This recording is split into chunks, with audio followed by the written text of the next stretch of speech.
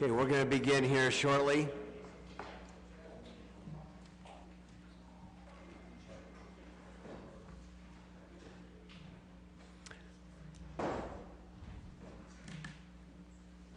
That's kind of a cool contraption.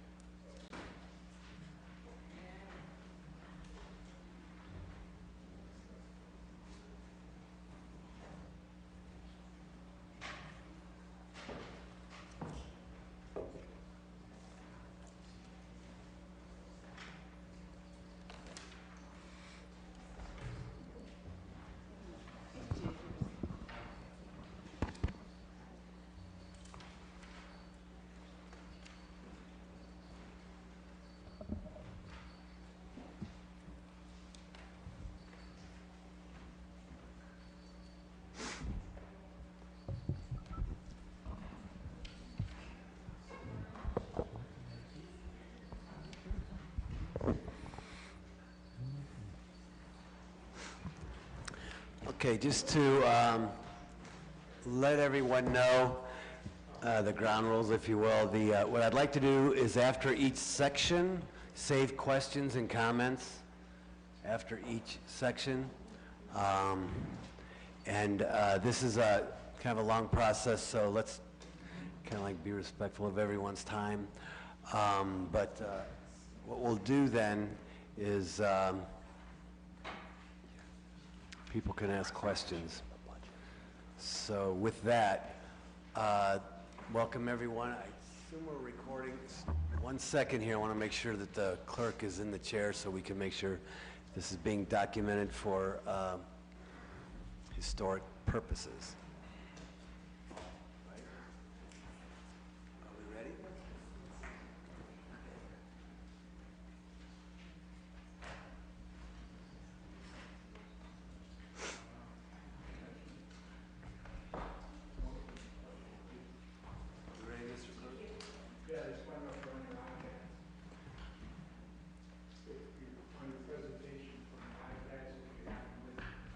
I don't.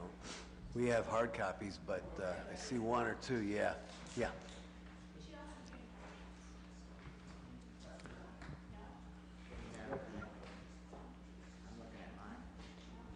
No? Not on the iPad? What's that? There you go. Okay. Okay, we have hard copies of this. If they're on iPads as well, I'm hearing? I thought they were going to be on your iPads as well. But we do have hard copies of the PowerPoint presentation and the budget. Yeah, there's two. There's one budget, actual budget itself, and somewhere here the slides, I assume, portion. So do you need the PowerPoint one? Can I get another copy of that?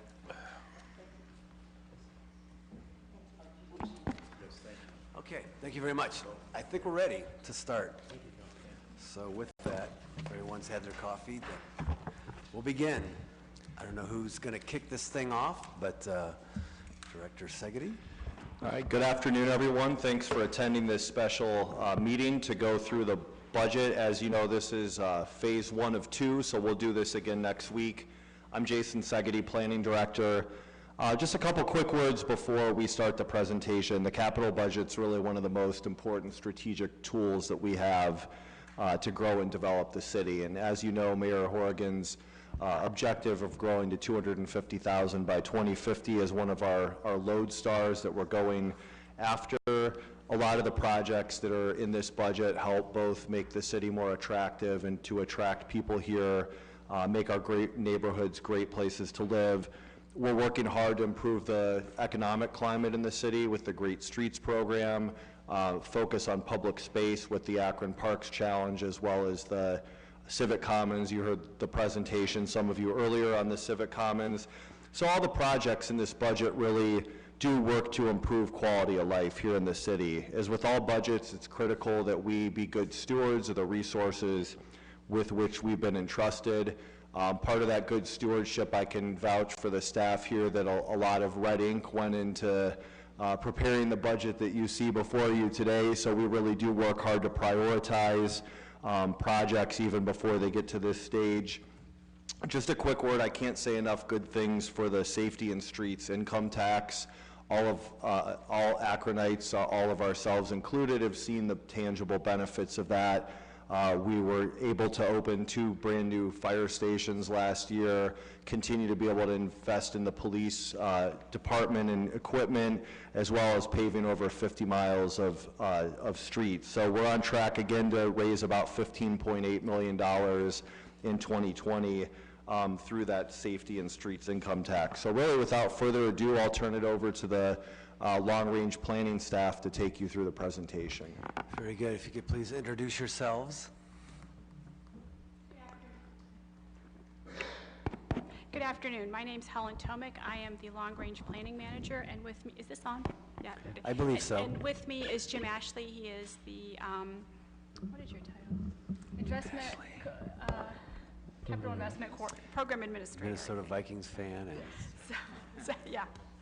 So what I wanted to do is just do a brief overview of the process, how we got here today, and then touch on some of the thought process as we went through the budget, and then dig deeper into the budget itself. So in July of 2019, we issued what we refer to as capital request forms to all of the divisions within the city of Akron, asking them to submit to us their capital requests for 2020. Those were due to us on August 23rd. And then Jim and myself met with each of the divisions, in some instances 2 or 3 times. We did a couple of tours of some of the facilities. We also met with, had some internal discussions, met with Jason and James and with the mayor's office. And after a lot of conversation and thought, we were given the task of, we accomplished a lot in the past 4 years, as Jason indicated. Constructed 2 new fire stations, purchased fire engines, ladder trucks, a tower truck.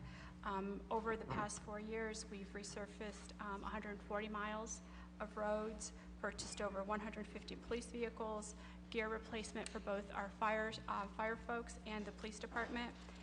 But this year, we kind of looked at the capital budget through a different lens. We are committed to addressing the critical needs of our residents, but there's also a sense that we need to be fiscally responsible as we move forward in the next 4 years. So a lot of thought went behind this. We met, like I said, we met with a lot of folks, truly looking at their needs, and then also looking at what our capacity was, what revenue we were bringing in, and prioritizing those needs. Although there are reductions in this budget, I would argue that we are still looking to continue our resurfacing program, looking to make some replacements and improvements to our bridges. Our resurfacing program is still at $7 million, and looking at over $6 million in our Parks and Recreation Department. So having said that, what I'd like to do is go through this process today. Today we will focus on transportation, parks and recreation, public facilities, miscellaneous, and housing and economic development. The budget before you has a revenue summary of about $323 million, almost $324 million. A large chunk of that is coming from our state, from the state of Ohio. Additionally, there are some revenues from local funds and the federal government. So those are the 3 primary funding sources that make up this budget. In comparison to 2019, there is a decrease from what we had in 2019. The largest decrease in local funds, there's about a 10.6 increase actually. That increase is attributed to our sewer capital funds and our water capital funds. When we look at the state share of the revenue, there is a decrease from $186 million in 19 to $166 million in 2020. That represents about a 10.7% decrease. Additionally, there's also a decrease in federal funds. We're looking at approximately $36 million in 2020 versus $43 million in 2019. That represents a decrease of approximately 16.8%. Looking at our local revenue sources, the largest sources are income tax, sewer capital funds, water capital funds, and our general obligation debt. On the regional side, the largest increase, or the largest contributor to our revenue is local joint economic development districts. On the state revenue side, the largest contributor to our budget is the Water Pollution Control Fund. That's about $133 million. Also, Ohio Public Works Commission and the Water Supply Revolving Loan Account. Just a little slower Sure. for us slow Sure. ones. Thank you. On the federal revenue side, the three largest funding sources are the U.S. Department of Transportation. This is primarily the Tiger Grant. $8 million in these funds are being reserved for Tiger 2, and we'll get to that in a moment. The second largest funding source is Community Development Block Grant funds, and those are allocations from the Department of Housing and Urban Development. That's approximately $8 million. And the third funding source is Federal Aviation Administration dollars. The final revenue category is private revenue. Most of this is attributed to special assessments, assessments for infrastructure projects throughout the city. On the expenditure side, we are looking at about 55% of this budget will be allocated towards water and sewer to meet our CSO requirements.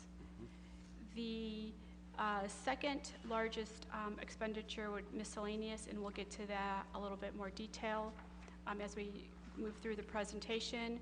And the third largest expenditure side is transportation, and we'll get to that one in a little bit more detail as well. So the first section, expenditures also, this looks at it a little bit differently, comparing our 2018 and 2019 expenditures. You'll see that in 2019, we had a little bit more dollars in transportation. 39% of the budget was towards transportation versus 32% in 2020. And this chart only looks at what we're discussing today, does not include the water and sewer capital section. Additionally, this might be a little bit more difficult to read, but this is the proposed 2020 income tax 4, issue $4, the 2020 safety and street budget. As Jason indicated, we are anticipating about $15 million of income tax $4 in 2020. When we looked at that, it is being equally split out between police, fire, and the streets. For Public Service Department, we're looking at about $5.2 million that will go towards resurfacing and equipment replacement. 2020, we're also looking at about $5.3 million for the police department and about $5.275 for the fire department. We'll get council members a bigger Hardy? version. Yeah, we will. Is that, Yes. okay. E- Well, that's what, yeah, I'm trying to get a copy of this, Yeah. that's why. So we will also, it's equally split up about 33.3% between each of the different divisions. So having said that, I'd like to go ahead and start the transportation Okay, section at of the this budget. point, though, what I like to do is open it up for questions with regards to what's been covered already. My question to you is a couple-fold. The federal side, you had mentioned that we've experienced a reduction in federal funds that we've received, and I'd like to know why that is? Is it due to CDBG funding? Probably not, but is it, why is that? It was primarily due to the National Highway Program. We had about $16 million from 2019 to 2020. Part of that, it was the I-76 project. Gotcha, yeah. So that's primarily it. And a lot of those federal funds are Yeah. transportation, and so they are just project dependent. They're not block Gotcha. grants or Gotcha. ongoing grants. Well, and then to piggyback on that, you know, what are we hearing from the federal side, reference CDBG and housing and the grants for homeless, et cetera, that goes to, what are we hearing about those funds? We are anticipating receiving some information from the Department of Housing and Urban Development within the next month as to Okay. exactly what our allocation is going to be. I suspect it'll probably be very similar to what we received in 2019. But we won't know that until, like I said, probably later on this month. And once we receive those allocations, we have to submit our application to HUD. And so that will come back to council May or June of 2020.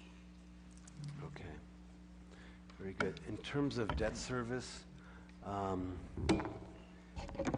overall, are we between 19 and 20, a bit of a dip in terms of that overall debt service? I'm a little confused with what I'm looking at here. Or is it a little bit higher or about the same?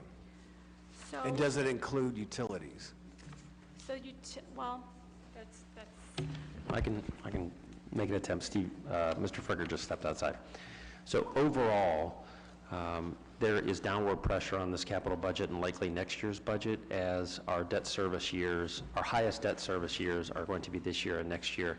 That doesn't mean there's going to be a precipitous fall off starting in 2022, but it does mean that there is a considerable amount of, as I said, downward pressure on this year's budget, capital budget, as well as next year's, as essentially bills are coming due and they're being paid off. The good news is that from the analysis that finance has done, we are at a peak, provided we, to Ms. Tomic's comment earlier, we remain good stewards, especially on that general obligation debt, that we will start to chip away at our overall debt burden year over year over year as we stay both austere but also recognize that this year and next are going to be tough years for debt.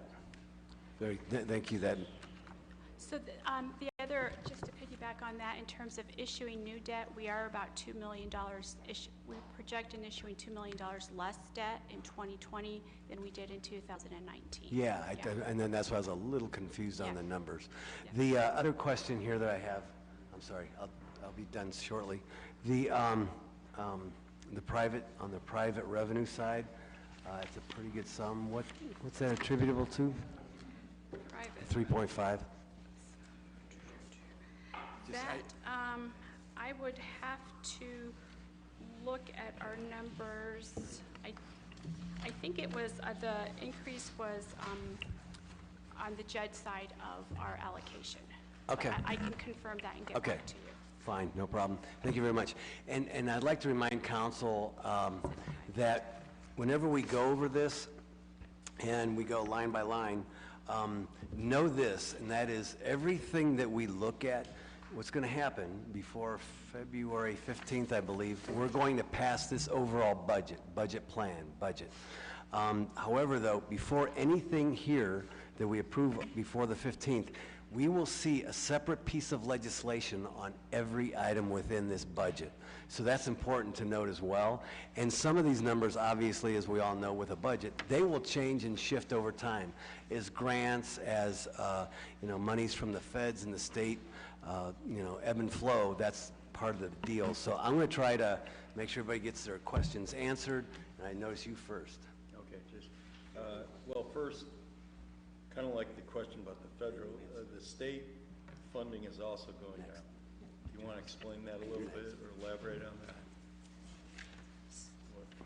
So the state resources, let me just check. I can start on that. I think a lot of the state resources are similar to the federal in that, often our big sources of revenue there are the Ohio Department of Transportation or the Ohio Public Works Commission, and those two are dependent on when we apply for funds, whether we receive those funds. So I think a lot of the, if you were to look at, say, the last 10 years in state funds on a line graph, they would kind of go, back and forth depending on what we applied for and what we received. Okay, thank you. Mr. Hardy?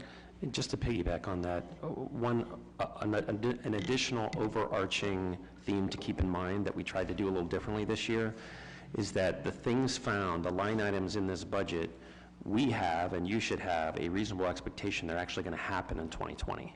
Versus in the past, we kind of, it was everything in the kitchen sink.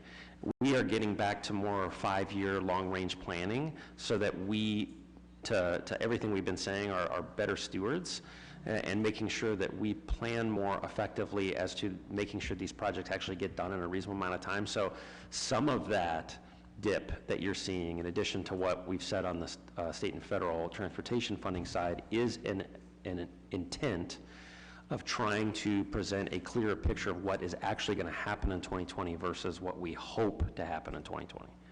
Okay. Whether it stands by the state where they're just going to fund less or provide less money for local governments, or that's part of it too?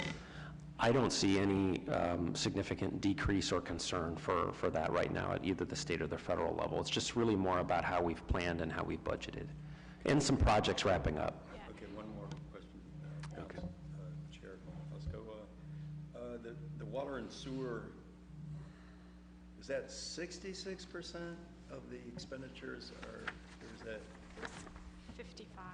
55? I thought it was 5, yeah. Mine is kind of blurry. It's Okay, 55%. Water and Okay. sewer is 55%. So you want to elaborate, that's a big chunk right there. Correct. Yeah. So explain that a little bit, elaborate on that. What is that? So all of those, and we'll get to that a little bit next week. So $178 million out of a $323 million budget, $178 million is attributed solely towards our water and sewer. So that's replacing our sewer lines, meeting the objectives of the consent decree, and those type of activities. Okay, so it's redoing the whole sewer system is a big chunk of our expenditures. Correct. And that's been the case for several years, and that will be the case for at least 8 more years. Okay. All right. Any more detail about that you want to add in? Or? Well, we're going to get it later on when we cover the public That'll utilities be side. next week. Okay. That'll be next week. Okay. Mr. Lombardo? Yes, in regards to the private revenue summary, the special assessments there. I'm sorry, I misspoke. So I will check on the, compare the private revenue side of it. I suspect it is the special assessments. It just depends on the number of projects that we have, infrastructure projects, and then how long those, the length of those, and then what we charge the citizens, for the residents, for their share of it. Well, that was my question. The revenue stream, that's the special assessments are coming through the property taxes? They can, when a infrastructure project takes place, when it's completed, we bill the resident, the homeowner, for their share of it. They could either pay it up front, the entire amount, 100%, or it is added to their property taxes over a 10-year period. Okay. Thank you. Representative Samples? Thank you. Quick question on the handout you gave us on the 2020 Safety and Streets budget.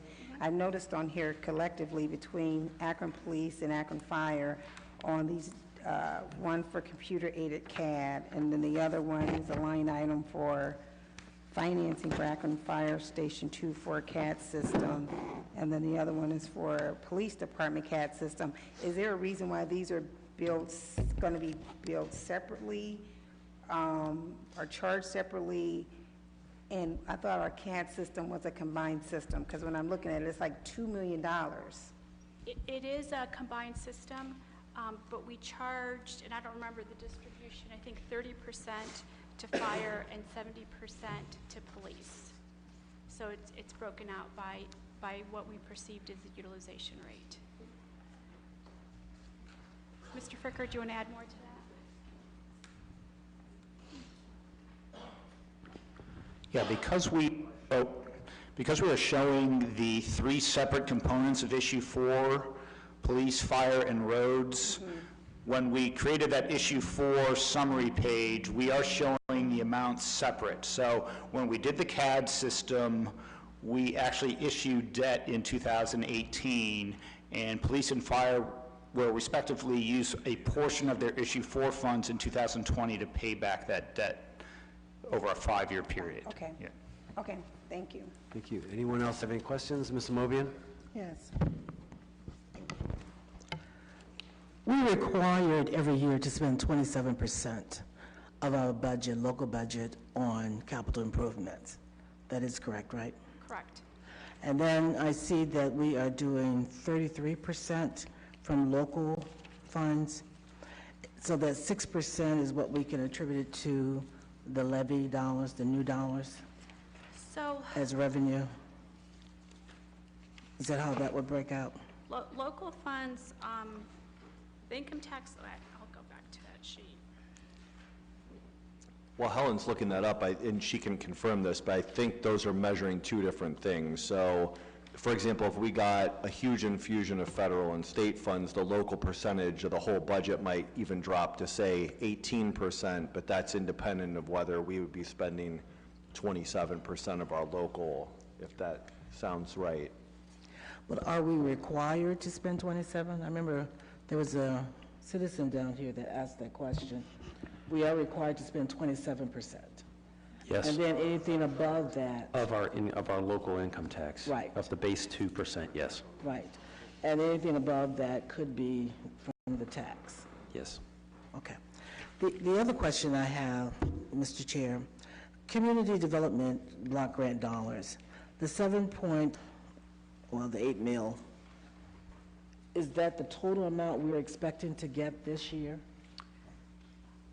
That is what we received in 2019. We do not know what we will get in 2020. We anticipate in getting that information within the next month.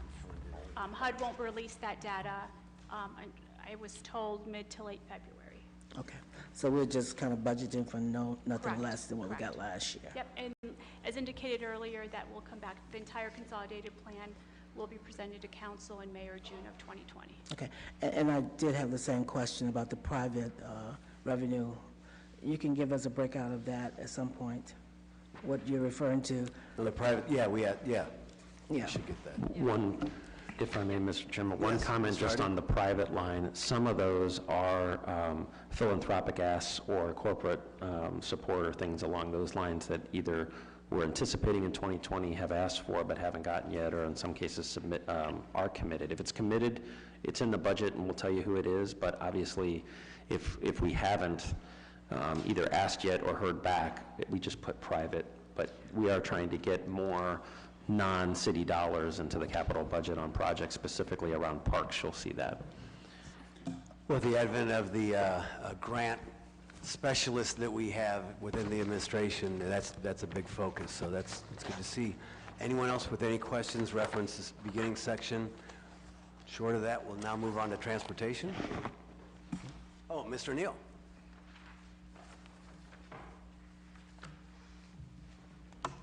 Thank you, sir. The question's been asked, and it's just for my own understanding, because I get asked this a lot from residents. If we can get just a basic graph that we can communicate to our residents on their property tax that they pay, percentage, what goes toward roads, what goes towards, as far as percentage-wise, so we can break it down. Because one of the questions, and I had this conversation with Mr. Fricker, that's been a concern, is that when residents are assessed for improvements on their street, I won't even say improvements. They understand improvements if we put in new sidewalks or things of that nature, but when we just repave their street, they ask, well, what are my property taxes paid for? Especially if they are still working, they're paying their property tax, and then they are also paying that extra 0.25% income tax. So it's like they're paying twice. And then when we pave their street, we assess them. So it's like they're paying 3 times for the same thing. Okay, very good. If I can, Yeah, that's a great request. And Mr. Fricker, if you could please provide that. I believe it's on the website that the county has under the Summit County Fiscal Office that has a breakdown where all those taxes, real estate taxes, are spent exactly. And they can even break that down in terms of each and every property. So that's available to you. But That is Mr. correct, Fricker? yes. So the county, on the tax bill itself, there is a link you can click on to see the distribution of your individual bill and see how that's distributed across the various services that you're paying for. But keep in mind, in terms of property tax, when you're paying the city of Akron is less than 1/10 of the property tax you're paying. So the bulk of your property tax is going to the Akron Public Schools or to many of the county agencies, such as Metro and other county agencies. So property tax is a very small portion of Akron's budget. The majority of it is going towards our general fund operations. And it's reflective in terms of the special assessment is reflective on the bill. Correct, yeah. So, if you're referring to the assessments, those are then added to your property tax bill, and those are assessed for individual projects. So virtually all property owners within Akron pay for their street lighting and street cleaning services, and then if there's a resurfacing or a street improvement project, they're also paying for those services too on their property tax in the form of an assessment. Okay, good, thank you. Oh, okay, as long as it's on the budget. it is on the budget. Okay, on the budget. But I understand that. The challenge is when they compare how we do it with other communities, you know, within the same county, they're not assessed for just regular paving of the street. They understand for new sidewalks and new lighting. So again, I understand what's on the county, because fortunately, unfortunately, I get a lot of those that I have to pay. But if we can just have it broken down to us, for our citizens, chart-wise, percentage what's spent, so we can have a better understanding, please. Thank I you. think that's, okay, thank you. Very good. Now we'll move on to transportation. Okay. So one of the first projects that we're looking at is the Canton Road East Market intersection. This would be a construction of a roundabout at that intersection. We are in the process of final design for this project. This is another example where legislation will come before council sometime in early spring, right before we're projected to proceed. We anticipate bidding this out in the summer of 2020 and the construction to begin in fall of 2020 as well. Total is about $4.5 million, a combination of federal funds, debt, and some local funds as well. The East Exchange Complete Street Project. This project is actually going to take place in 2022. We are in the design and the preliminary plans phase for this project. This will include interconnected signals, bike lanes, pedestrian improvements along Exchange Street by the University of Akron. The recommendation for 2020 is $100,000 to continue that design work. High Street, Main Street, Broadway, we are looking at a two-way traffic study for converting High Street and Broadway to two ways on each of the streets. So this is a study to conduct the feasibility and the effects that conversion will have on businesses and on traffic lights and bus stops and those type of activities. Okay. Main Street Promenade Roundabout. So we're all familiar with the activities going on Main Street right now. This is looking at the roundabout in front of the bank, constructing a foundation, and a plaza, also including landscaping for that roundabout in preparation for a statue to go in the middle of that activity. So right now we're looking or proposing about $770,000 of local funds and some private funds. Thank you. As that project nears its completion, we are looking at Main Street Promenade Phase 2. Right now that project is under design. It is also reconstruction, creating a green and complete street gateway along the corridor from Mills to 59. We're looking to advertise and bid that in 2020. This project too will come before council before we start that process. We're looking at construction to begin in spring of 2021. There is some underground work that will begin in 2020 and fall of 2020 for that project.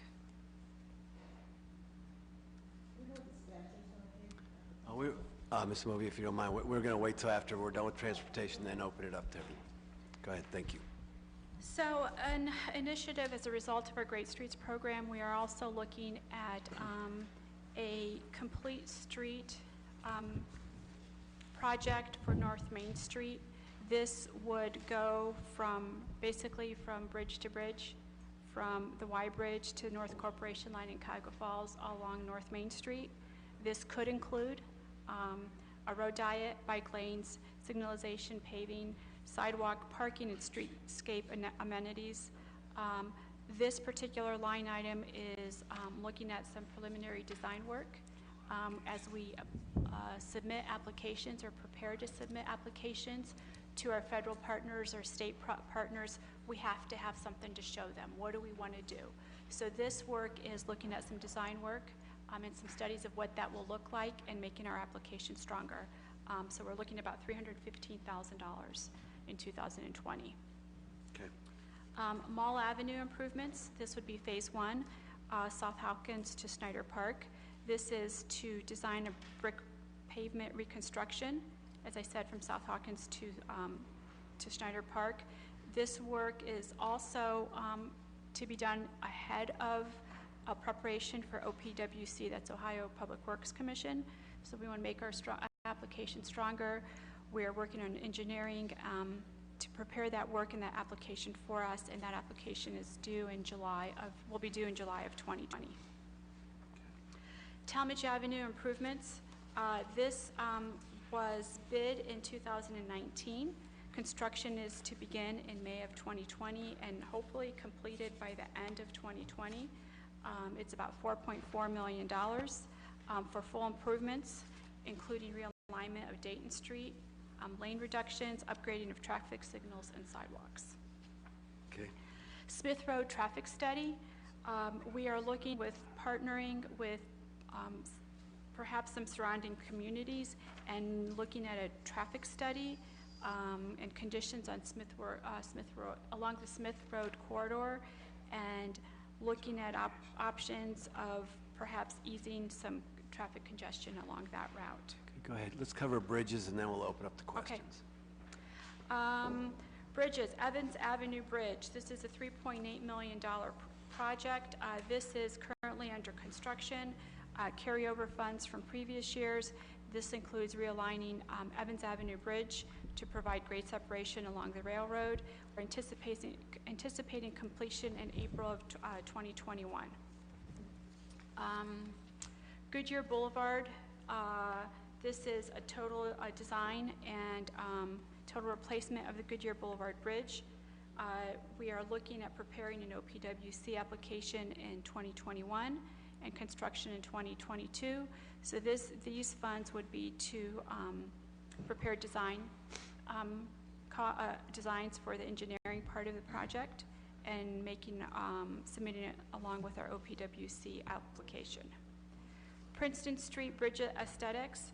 So there is major rehab work along the 76-77 route, and this would be our share to improve aesthetics along the bridge on Princeton Street. And just to add to that, the presentation many of you saw this afternoon on the Civic Commons, a lot of the work on Princeton Street is tied into some of the design goals and engagement that's been done in the Summit Lake neighborhood. So it's going to be a nice gateway bridging both sides of that neighborhood. Very good, thank you. So the Stuber Street Bridge over the Little Cuyahoga, this project was actually awarded OPWC funds in 2019. So this is looking for ongoing design work, and then looking to construction would set to begin in 2020, and I believe this project will be presented to council as well before we start the bid process. The Waterloo, Brewster Creek replacement. This was also identified as a priority, high priority due to some concerns with regarding flooding. This was awarded OPWC funds as well, and we look to start that project in 2020 as well. I think for bridges. That's good. Okay, well, at this point, we'll open up for questions for arterials and bridges. The samples, I saw her first. Okay.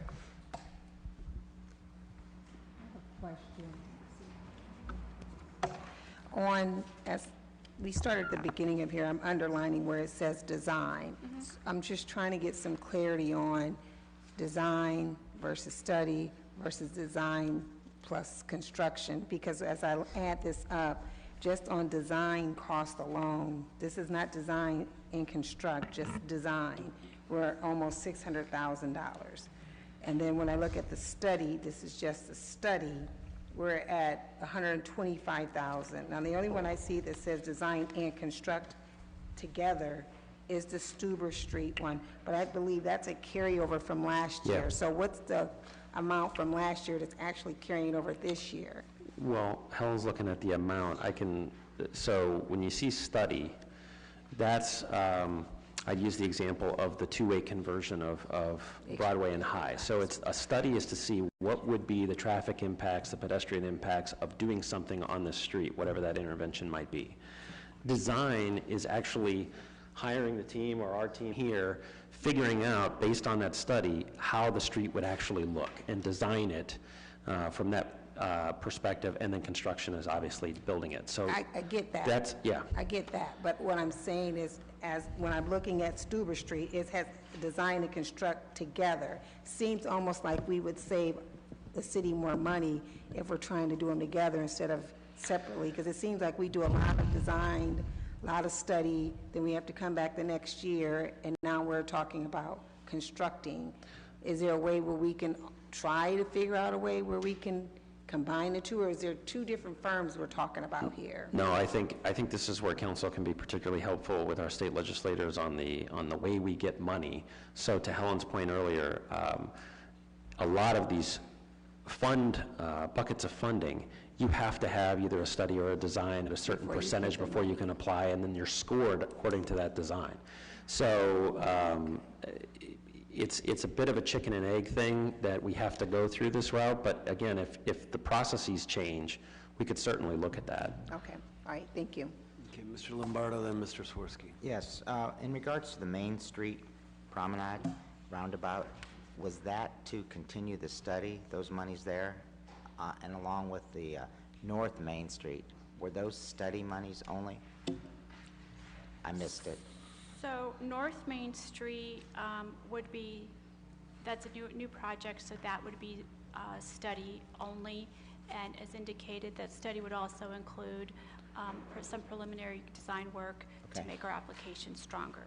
So can you repeat your promenade question again, please? Again, same thing, is that to continue the studying of Main Street? The roundabout 770. The Main Street Promenade Fountain, that is actually construction dollars for the foundation and the plaza. Good. Mr. Swirsky? What criteria were used to select these sites for design and/or construction for the arterial collectors? I mean, why'd you pick these? How were these corridors or roadways chosen? So internally, Office of Integrated Development and Department of Public Service, we meet regularly looking at the conditions of the roads, everything from the pavement to traffic issues that might be on those roadways. And we'll kind of do a process where we prioritize internally. And one of the factors we will look at to make our local dollars go farther is to decide which projects might be set up well to receive state or federal funds. So both the Ohio Public Works Commission or AMATS, other places we apply, they have criteria for selecting projects. And so we kind of both look at our needs internally and then also look through the lens of if we were to apply for one of those outside sources, which one do we stand the best chance.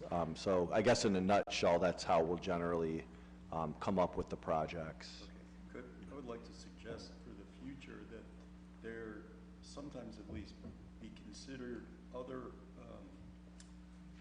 streets that are well used but are more entrenched in a residential area, because I think that the transformative effects of that could be at least equal, but perhaps even greater. If you think about property values along a complete street, I would love to see that in my ward, I'm sure other people too. For some, I'm not saying like a street that has very little traffic, but a street that sometimes is used as a cut-through. Like Aqueduct. Aqueduct's a good example, right? You guys, that was good. That also had a little bit of luck because it was close to the basin for green infrastructure. But like in my ward, I would love to see Crosby Street or Maple have these kind of projects. And I would think, and the reason is because I think it would help transform the whole neighborhood. And if we're about neighborhoods and great streets and economic development, community development from the ground up, I could see using that criteria, proximity to residential area to homeowners, which we want to assist even greater. I could see adding that criteria for the next selection, next round into that. Point taken. Okay, thank you. Mr. Malik? Linda, did you have your hand? Thank you for this presentation, and I appreciate seeing the Smith Road traffic study in here. This is commonly something we hear from the residents of those developments. I think we have $100,000, but $30,000 is operating, and $70,000, I believe, as you referred, we're hoping to partner with some of these other jurisdictions.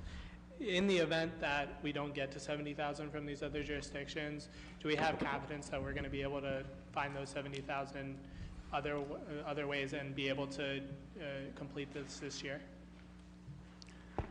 We are working with engineering to determine the feasibility of that, and looking with our contractor or consultant as the work is to be proceeding forward, what our options are with that, but that's certainly within the realm of seeing this project move forward. Okay, so if we don't get up to $70,000 from those communities, we might limit the scope of the study? It could be that, or it could be a compromise. We'll look at our debt capacity and looking to see if we can increase that as well. Okay, thank you. Ms. Movian? Yes, I have 3 questions, please. The Main Street Promenade, the fountain and the statue, have we decided on the statue? Yes, so this is where the rubber worker statue is going to be going. So there's What? The rubber worker statue. So there's been a fair amount of press recently about it as the community group has gone out to start selling bricks to help raise money. But we were approached, we being the city, were approached about a year ago, I would say a year ago, by a community organization made up of sons and daughters and relatives of former rubber workers that were inspired by the cover of Wheels of Fortune, David Giffel's first book, about the tire and rubber industry in Akron, and wanted to see something in the city to commemorate the worker. We have many statues commemorating the great industrialists, but other than 2 Ohio history placards, we don't have anything commemorating the workers. So we've been working for the better part of the last 9 months or so to make this happen. And so the statue, of which we can get renderings and share with council, is currently underway. We anticipate installation, I'm told, around September of this year. It'll sit on a plinth of granite, one of Summit County and one of Akron rising out of Summit County, where the statue will be. And then we've also partnered with the library to do on one of our sections of roadway there, the sidewalk over nearest to the main library. We're going to have a history, an interactive kiosk to talk about the history of the rubber worker, the rubber industry in Akron. And we hope to incorporate, Rita Dove wrote an incredible foreword of that book, and we're hoping to get permission from her to utilize some of those words into the sort of seamless transition. into the garden at the library, as well as giving people the context for why we're commemorating the workers. Is this the guy in Zanesville? who's doing Yes, so Okay. we wanted it to be bronze. Most of the other stuff is bronze, and so he's local-ish in Yeah. terms of bronze. No, I just remembered that. My second question has to do with the Smith Road project. If we don't get enough money to do it sounds like an extensive one, I know that part of the concern that I was kind of involved with is around Sterling, when they were talking about having that exit onto Smith. That is going to be part of that study? Absolutely. Okay. Yes. And my third question, and I should have touched on it earlier, when we look at the revenue from the state, could someone break out the ones that we don't have to pay back? Because some of this money is grant funds, I think, right? And some of our loans and, Most, we can provide that to you. yeah, Most if you could do of it later, yes, that'd be absolutely. great. Thank you. State funds only? Just the state Okay. revenue. Thank you. Very good, thank you. Any further questions? Mr. Neal? Thank you, Mr. Chair. The Mall Avenue, that's the carryover from last year, is that correct? The Mall Avenue?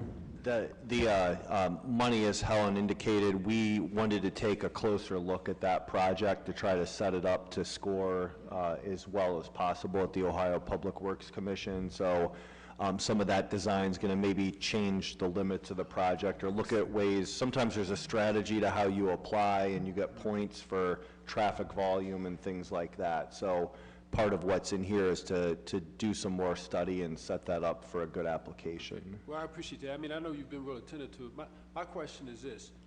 I know there's been, like in the circle, is it termed pavers? Brick pavers? It's stamped concrete. Stamped and concrete. And it's starting to look worn now. I don't know if that's because we've had heavy trucks running through there or whatnot. So my question is, do you know if what we're thinking about, are we thinking about going back and using real bricks around that area? I believe for the street, we're still talking about bricks, but what about around the circle part? I think that might be a good one for engineering or public works to tackle. Okay. Okay. Hi, I'm Mike Tiadecki, Design Division Manager. And when we're thinking of extending the limits, that's exactly one of the things we're looking at, is not only the condition of that, but if we extend the limits a little bit, we might pick up a lot of traffic counts. So as our average daily traffic, ADT is what we call it, goes up higher, we actually can score higher creatively on some of our outside funding sources like OPWC funding. So by doing a little bit more work, we might pick up a higher point category so we can ask for more money. So we are just getting into looking at, what the cost would be and how much work we could and should do that. Another consideration is that kind of looks like a roundabout, it kind of looks like a circle, it doesn't operate as one, and as more and more roundabouts come into the county and into the state, there's an expectation to the driver on how to use that. So we're also taking a deeper dive into converting that so people from out of town visualize that and operate that more like a roundabout. So we're thinking of how we might incorporate some minor improvements in signage and better ways to mark that so that it operates more efficiently. Very good, thank you, thank you. I don't know whose idea was to put a roundabout on Main Street, but that was brilliant. The other question here is for Mr. Luddle. The Waterloo Road, Brewster Creek, this has been a problem area for a really long time. Yeah, constant flooding there, right down by Gower, we call it Gower Ditch down there by Gower Reynolds. So that's exactly. debris would get caught on those box culverts and then it would plug up and then it would spill out onto the road. So this has been probably at least a 15-year problem we've had down there.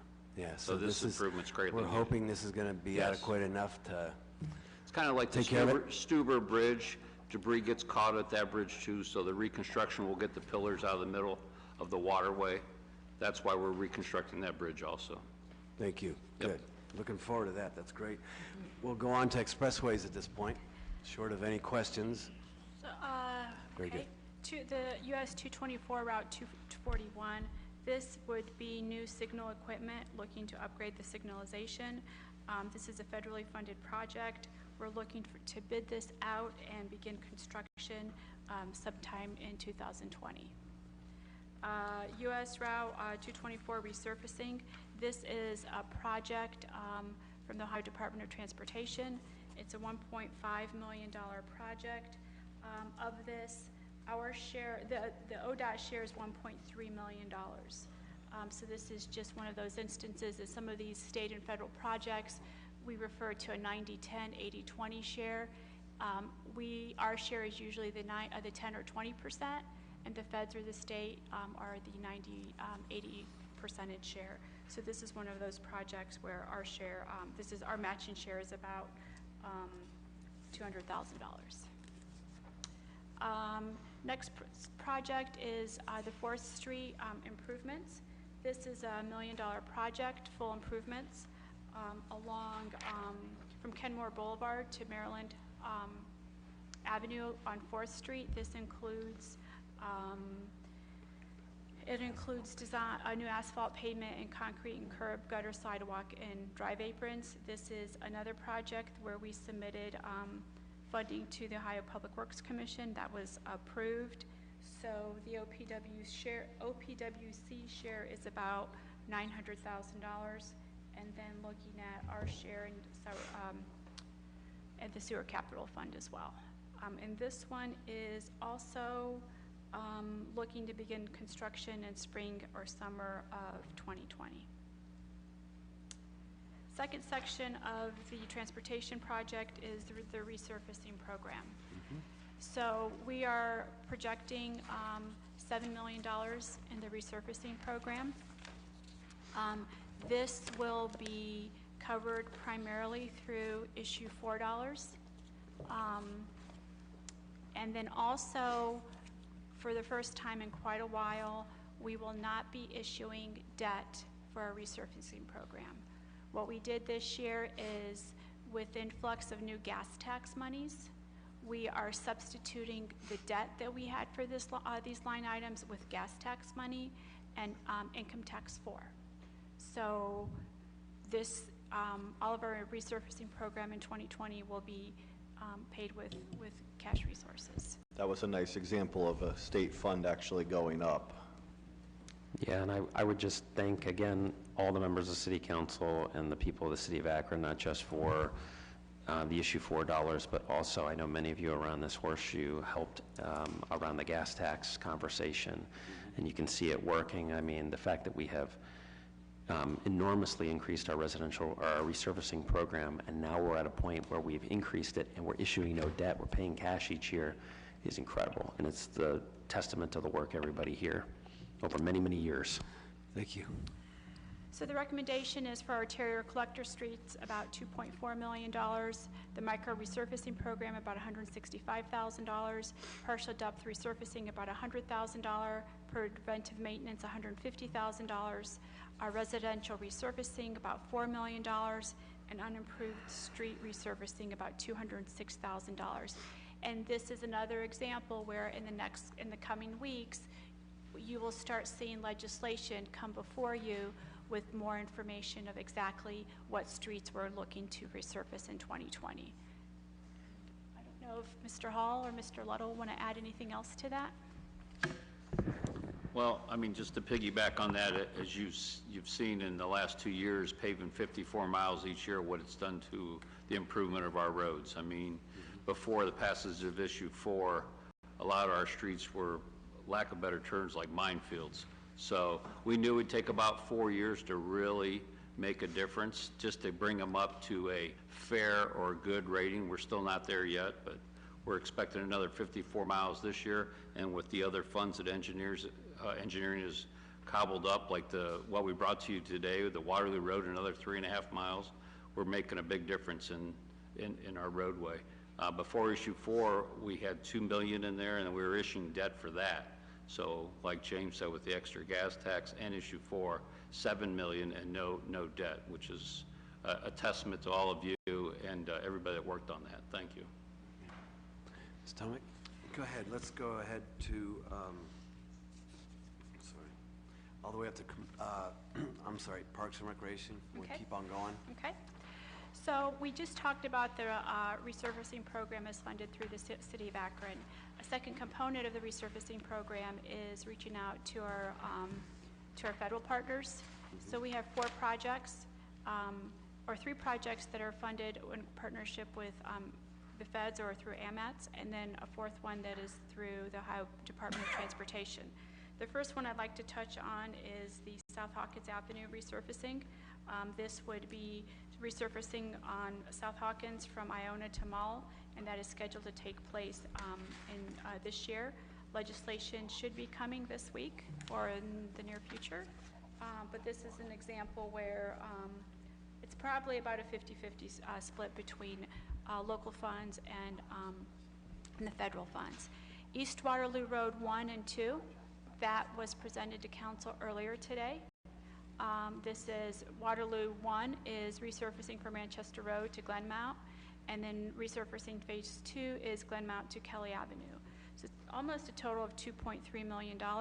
This is a combination of income tax 4 money, gas tax money, and funds from AMATs as well. And the final resurfacing project is West Market Street. This is a resurfacing project from North Hawkins Avenue to Rivera Road and from Portage Trail to 59. It's a $1.6 million project. $1.3 million of that is coming to us from the Ohio Department of Transportation. And then real quick, the city sidewalk program. This is an instance where it's a continuation of their petitioned walk reconstruction from residents and commercial properties. This is based on homeowners' request. We are budgeting about $450,000 this year. We are asking that $50,000 of that be focused on ADA access to city parks and community centers. $400,000 would go to general residential program, and $50,000 would be reserved for the city parks and community centers. And then the final line item there is about $105,000 for a commercial sidewalk program reconstruction.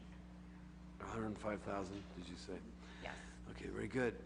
We'll open it for questions. I just want to make one comment, general comment, in that certainly appreciate what the service department has done in reference to resurfacing by beginning these projects in the spring versus the fall, which was a practice for some time ago. But bumping that up makes a big difference, I think. And so just want to say thank you for that. Ms. Samples? Okay, thank you. In this City Walk program funding, I see where it says that $50,000 is to address the ADA access to city parks and community centers.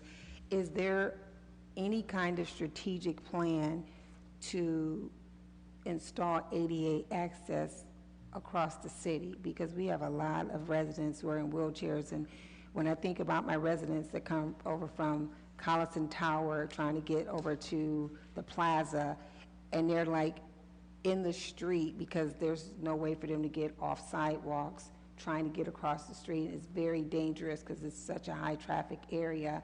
I don't know if we have a plan for that. I'm going to defer to Mr. Ludd or Mr. Tiodecki. We are looking, in the resurfacing, we are looking at those corners to improve them. It just all comes down to the budget, okay? That's not something that could fall under issue 4 since it's a sidewalk? It can, but right now we're focusing most of the resurfacing dollars on the roadway. And as we look at the community centers and these corners, we are improving them as the funds are available.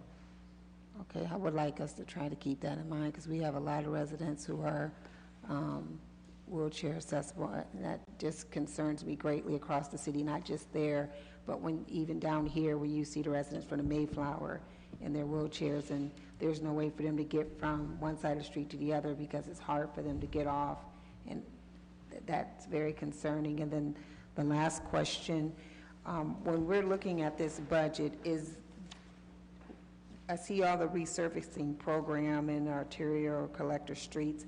Do we have a program for our sewers? Because I have a lot of residents are complaining about collapsed sewers, and I don't know, would that be even considered while we're doing roads? But we have quite a few collapsed sewers across the city where they've caved in or they're just old and. So are you talking storm sewers, I would assume? Yes. Yes. I mean, as we do a full improvement, let's say Talmadge Avenue this year. Okay. And the ones at Patterson are getting hit all the time, and they're getting knocked off. Those are getting changed to grates, okay? So as we do these full improvements, and sewer has been ticking them off a few, they'll do a few every year, but with these full improvements, we are definitely identifying. The grate can only take so much water, though, so it has to be designed. Do we have to take out one, what we call a number 3, the half moons, and put in 2 number 5s? So we are doing that as we see them. But Talmadge Avenue would be an example, because those are always getting hit. Right. So yes, but if you have those, send them to us. Oh, I do. And we'll address them. Okay, thank you. Resurfacing, Mr. Lombardo? Helen, on the resurfacing program for, I think the East Waterloo one, you said the money is coming from issue 4 money, gas tax money, and I didn't understand the third source of revenue. It's STBG. That's a surface transportation block grant. That's federal money through AMATS, which is our metropolitan planning organization. Surface Transportation Block Grant. Mm-hmm. Okay, thank you. Further questions? For resurfacing, Mr. Malik and then Mr. Neal.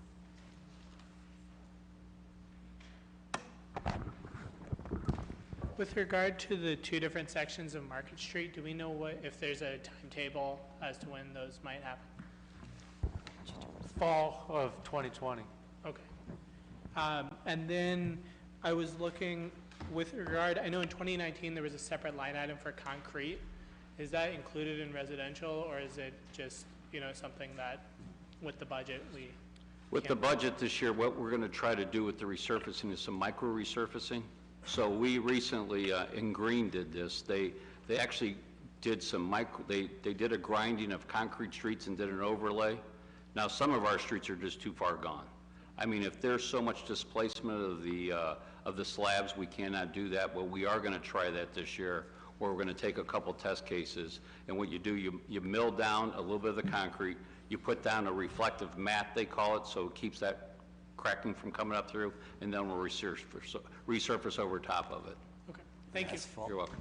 With asphalt? It'll be asphalt, yes. Asphalt? Yep. Mr. Neal? Thank you, Mr. Chair. On the South Hawkins repaving, will that have any bike lanes or anything put on it when it's repaved? Copley Road has bike lanes, and then, they disappear. And I have had some residents surprisingly ask if bike lanes are going to be extended on South Hawkins. So just curious. Surprisingly.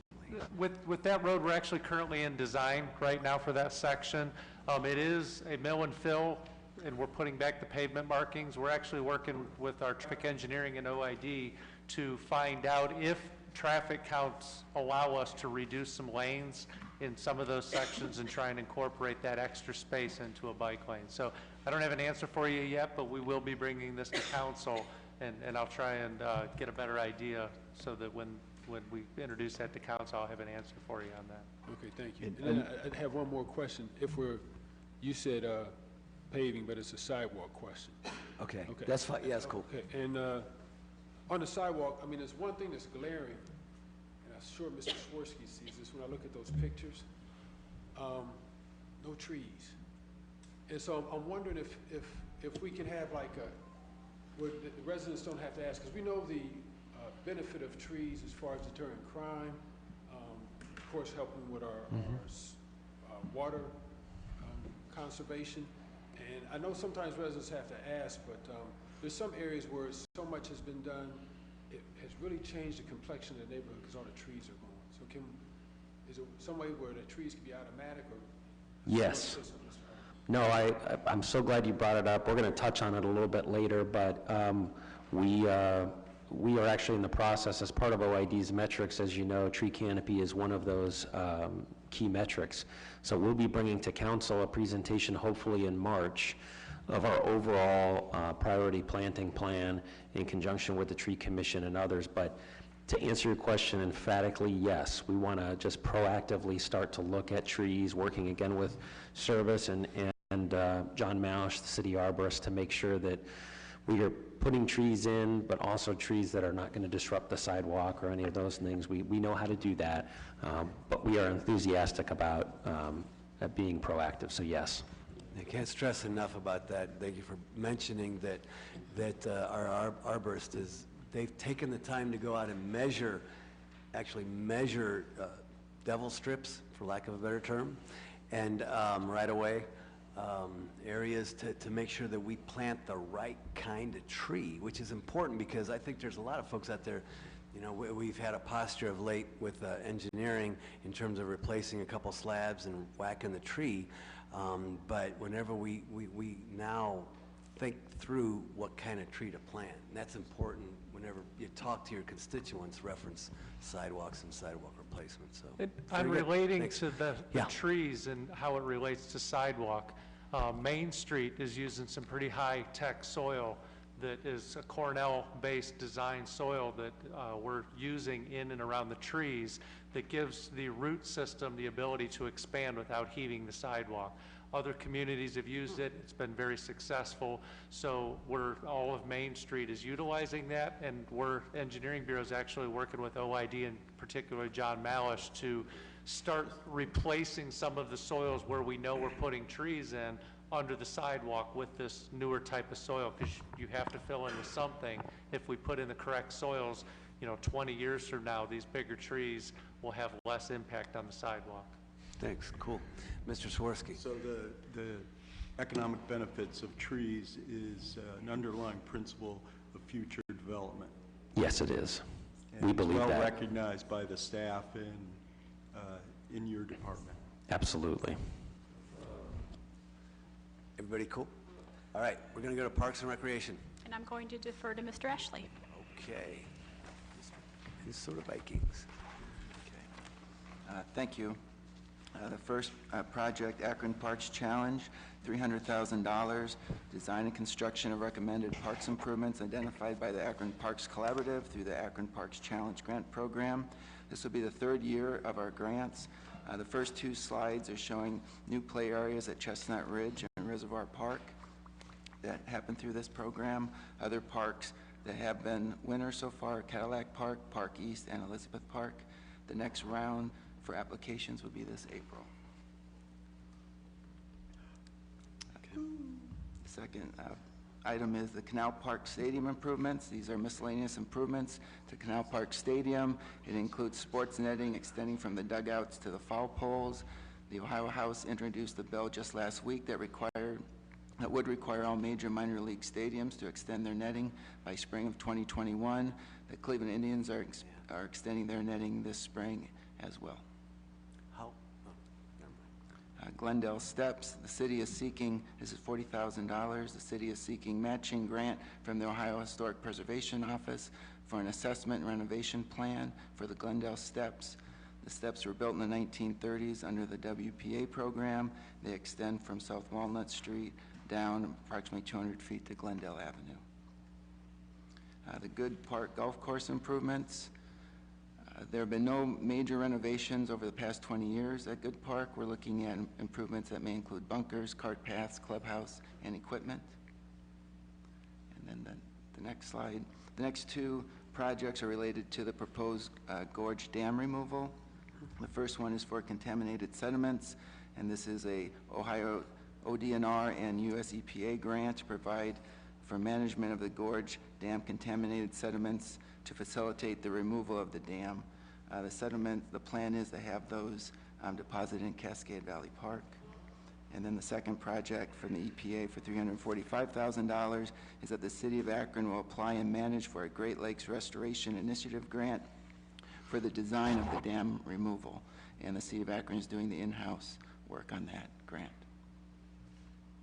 The Lane Field soccer fields is $200,000. This would convert 2 baseball fields into a soccer field. The lighted baseball field will remain, and the new field will be used by the Inner City Soccer Club, and football fields are permitted to the South Rangers, and they may also utilize this new field.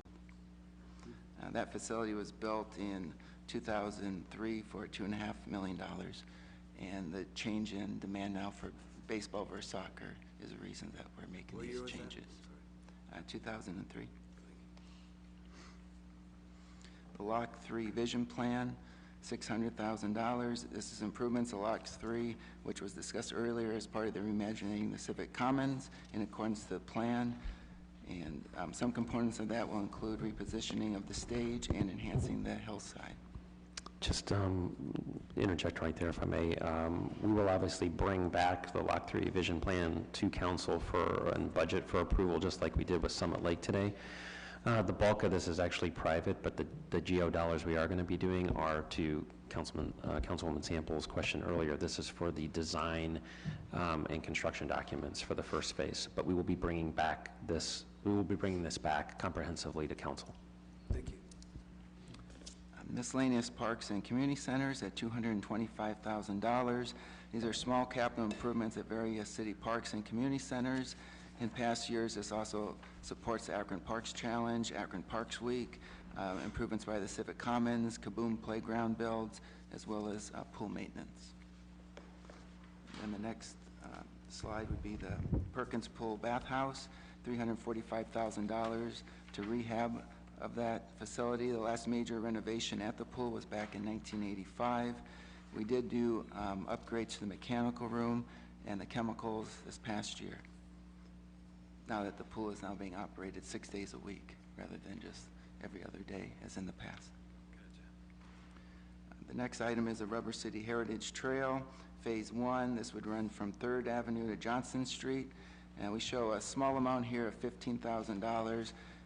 It's preliminary plans for the design of this multi-neighborhood trail, East End, Kenmore, downtown Akron, Ellett, and University, through the abandoned rail line. The Ohio Area Canalway Coalition is actually stewarding this process. The city commitment may increase as their commitment increases. We're expecting to receive notice from Dan Rice of their commitment this year, which may then require us to increase our share. Then AMATS has also committed over $700,000 in fiscal year 2021 for this project. The next item on the slide shows Stoner Hawkins Park. This is $60,000 for rehabilitation of the existing 3 basketball courts. These courts were last resurfaced in 1990. The Summit Lake Community Center HVAC is the next project at $110,000. This would upgrade the existing HVAC system. The city, over recent years, has made improvements to the roof, gymnasium, and interior in conjunction with the Reach Opportunity Center, but now we need to address the HVAC system in the building. And then the next item, the last item here, is the Summit Lake Vision Plan. Initially, we're showing $1.75 million. This will include designing improvements as part of the reimagining the Civic Commons in accordance with the Summit Lake Vision Plan. This will focus on a loop trail around the lake, a North Shore activity area, and a West Gateway area near the old Margaret School site. Happy to answer any questions.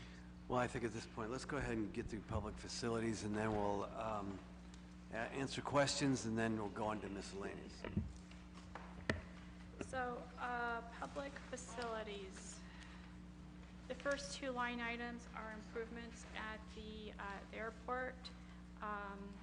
We're showing about $341 million for airport construction of taxiway H1. This would include reconstruction with new concrete pavement. Additionally, the airport rehabilitation of runway 7-25. This is a $1.2 million project, and it's looking at tax increment financing, resources from the FAA, and some resources from the Ohio Department of Transportation, looking at asphalt repairs associated with the ramp. The third line item on there is the municipal courthouse, looking at the design of a new courthouse, about $5 million. Additionally, we are also looking at the Akron Safety Center. This line item is actually income tax for money. It is looking at the future of the Stubbs building and our police department. We're still looking at different options, but what we've done last year and what we're doing this year is we are taking these issue $4 and we are setting them aside. So once a final decision is made on a justice center, we'll have some cash reserves to start on the work of whatever decision is made regarding that project. Additionally, we're looking at some parking repairs within our parking decks, about $500,000, looking at concrete repairs on level 1, issues with the ceiling on level 2, and waterproofing the deck on level 1 is what is being recommended in 2020. Fire Station 12 replacement. Fire Station 12 is in design phase. What we're looking at doing is completing design in late 2020, bidding this out in early 21, and starting construction in March and April of 21. The goal is to have the roof up before winter 2021 starts, so they don't have to do any significant construction work when it's cold and there's no roof on the ceiling. What we're also anticipating is taking this money, $835,000 of income tax funds, and setting that in a reserve account. So once the construction begins in early 2021, we'll have some cash to assist in looking at the construction of that facility. Fire station facility improvements. So we are, in the past, we had line items within the budget. We're doing kitchen improvements in Fire Station 10. We're doing this, we're doing that in each of the facilities. So what we decided to do is create a one line item of $250,000 of facility improvements, and this could include anything from electrical system upgrades, kitchen upgrades, garage doors, generators, and parking lots as deemed necessary for improvements in a given year. So it's a line item similar to the parks line item, where we have some flexibility as we have encounter some issues that come up that we're unplanned for. We're also looking at roof replacement repairs at not only the John S. Knight Center, but the Greystone roof replacement. So right now we're anticipating about $100,000 for the design of those roof replacements, and more will probably come forward in 2021 as we move forward with the actual replacements. We also have on the roof replacements, we have a state capital request in for those as well. Also, in addition, the High Market Street parking decks, we're looking at replacing 3 failing expansion joints at that parking deck at about $20,000. Miscellaneous facility improvements, about $100,000 for improvements at various city-owned buildings throughout the city. We're also conducting a parking deck study to determine what our future needs are for all of our parking decks as it relates to repairs. And then the final element within public facilities, as we are looking at about $1.5 million of GO and parking, I don't remember what's the parking, capital fund, sorry. We're looking at upgrading all of the pay stations within all of our parking decks, so they're all electronic. So when you exit, you have the option of using a credit card rather than having an attendant there and having to pay cash or credit card. So we're looking at doing that in all of our parking decks in 2020. Very good. Okay, questions reference the parks or the public facilities samples?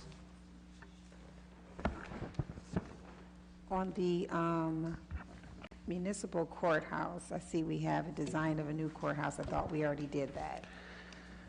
Yes, so generally speaking, this is where we're at.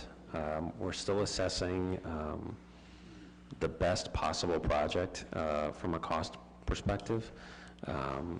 Ocasek, as we've talked about, is still being considered, as is our other footprint, i.e. Morley and Stubbs. We do have, the study is done. I know this is going to be like become a game between study, design, and construction, but the studies of all these areas are done, and we are determined to bring to this council a final decision as to how to replace the Stubbs Justice Center or establish a new Stubbs Justice Center, but it's still in process. So those dollars are as much for design as to what Ms. Tomek said, a banking of dollars so that we can prepare to start construction. So I know it says design in the tag, but the $5 million is not just for design. It's to bank those dollars and working with the judges.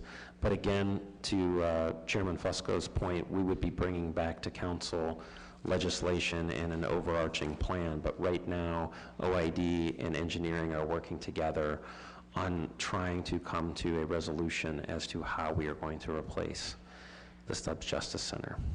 Okay. It is still a priority. I hope to see that in my lifetime here, guys. You and me both. I really would like to see a new courthouse. I'm a little biased there. And the Stubbs Center, it says fund created to a replacement of aging center. So this is a fund we're putting aside to build a new police station? Or Both I really view as together. So the first is the fund, as you know well, that's been accumulating over at the courts. This is a fund that we've been starting with the support and input of Chief Ball and Akron Police Department, since they are obviously a significant footprint in the Stubbs Justice Center, that they can contribute to space into that. So this is the second year that we've set up money aside for that, but they're really two of the same bucket. Okay, and then my last question, I don't know if this would be for Helen, but this parking garage pay station, it seems more like a job eliminator to me. So are we going to be getting rid of people once we install these pay stations?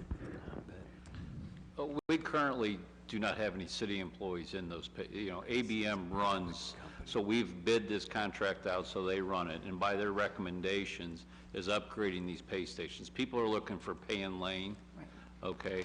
That's what this will do. It will allow us to do a different rate on special events if we chose to. It'll allow us to have a validation process without having someone there. So if we wanted to do a validation, they could download a validation, or they could prepay. With the downtown businesses, the hotels, this is really a needed upgrade. We have equipment out there that's so outdated they can't even get parts for it anymore. Right. So this is way overdue. Right, I understand that, and I definitely appreciate being able to use my debit card. I'm just concerned that we're getting rid of people's jobs, and is just wondering how we're going to offset that. Although I know they're not city employees, there's still people who work there, and I'm just concerned that once we start, replacing people with computerized instruments, now we have people who are jobless. So I'm just concerned about that. All right, thank you. Further questions? Mr. Neal? And then Mr. Jones. Or the other way. To that same point about ABM, would this reduce the amount that, would we save money in our contract with ABM after making these improvements? It will reduce our costs, yes. Mr. Neal?